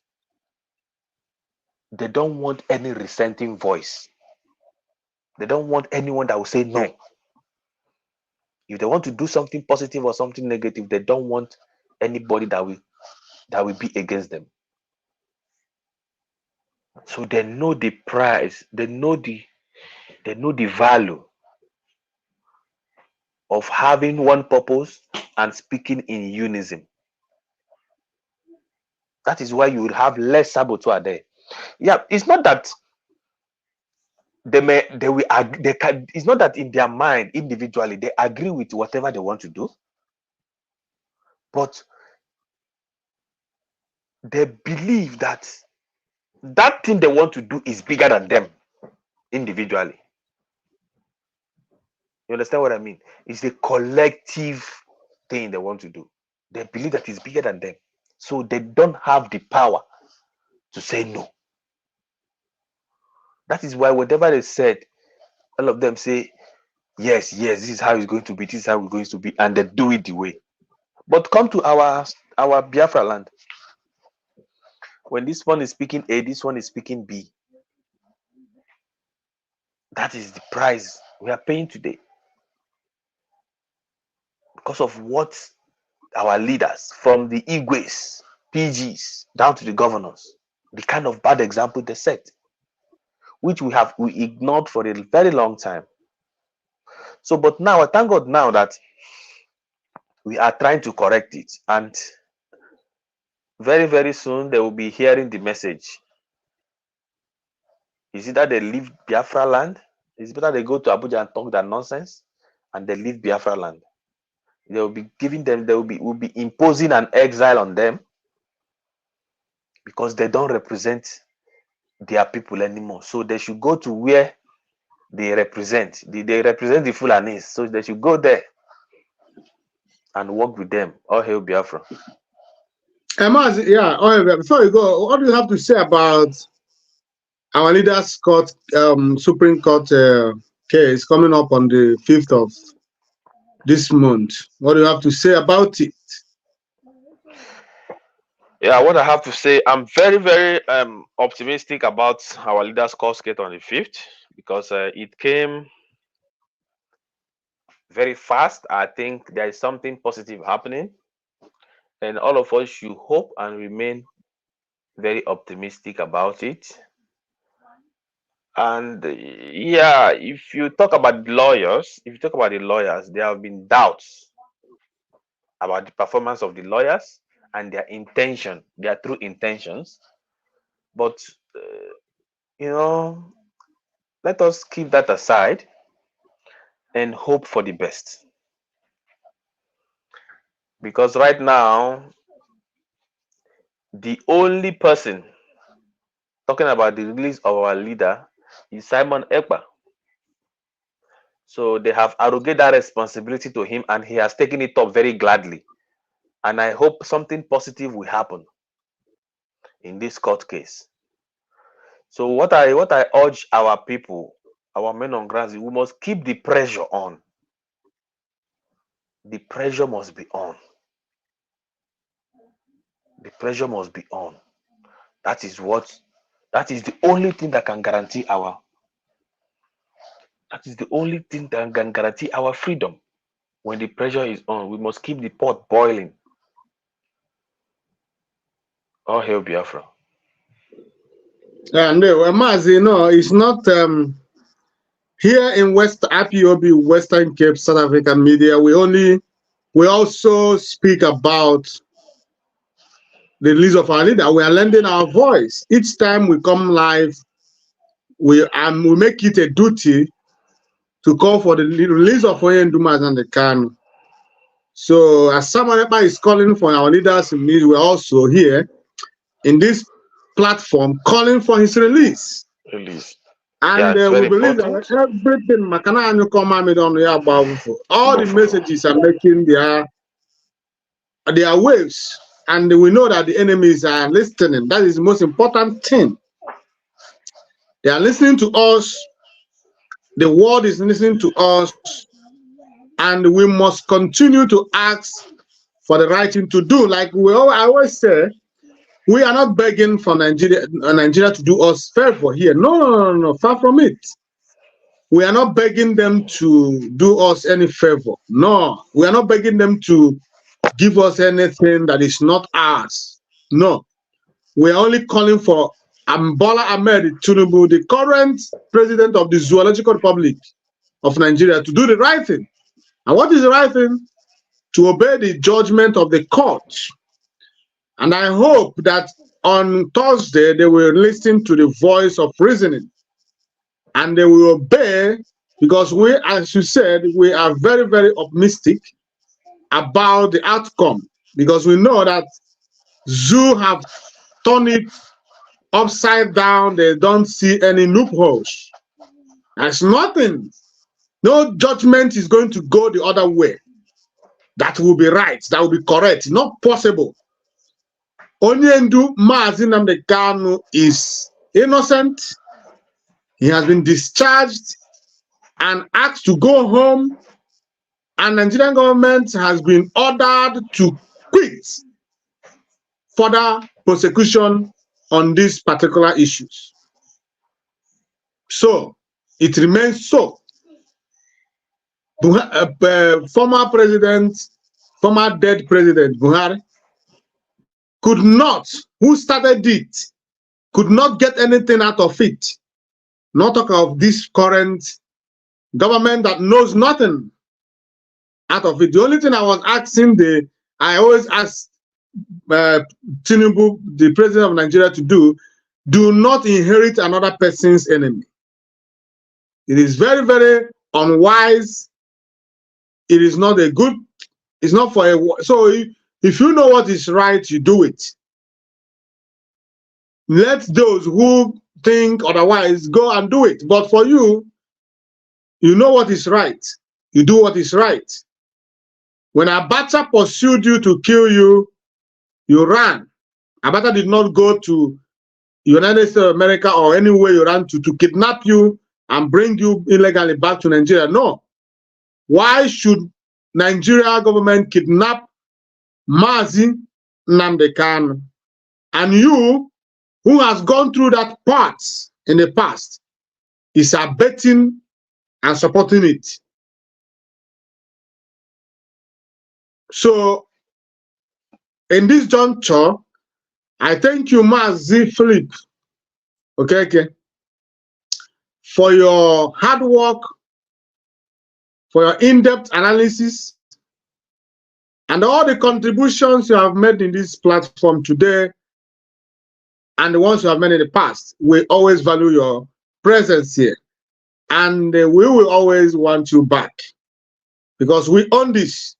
This is our own, and we must promote it in a positive way. Not for this page is not for propaganda. This page is not centered on any individual, either to promote or to depromote. No, we are here for the real deal, saying it the way it is. So I thank you so much, fellow Biafrans and lovers of freedom. You who have joined us, stayed with us throughout this program, I appreciate you. I hope you have shared and liked this program. If whatever we said here tonight made sense to you, we ask you to share it and like it. In all the platforms you belong, share it there. They need to hear our voice. They need to reason with their senses. We need to get Biafra. Until we get Biafra, we will never rest. We must continue to fight until the last man standing, as our leader has always said. So I thank you, fellow Biafrans. Until we come your way again, we want you to stay blessed. At Chukwuegabiama, we continue to see you through. I say to you from here, it is good night. And may Chukwueke bless us all. Bye. Say.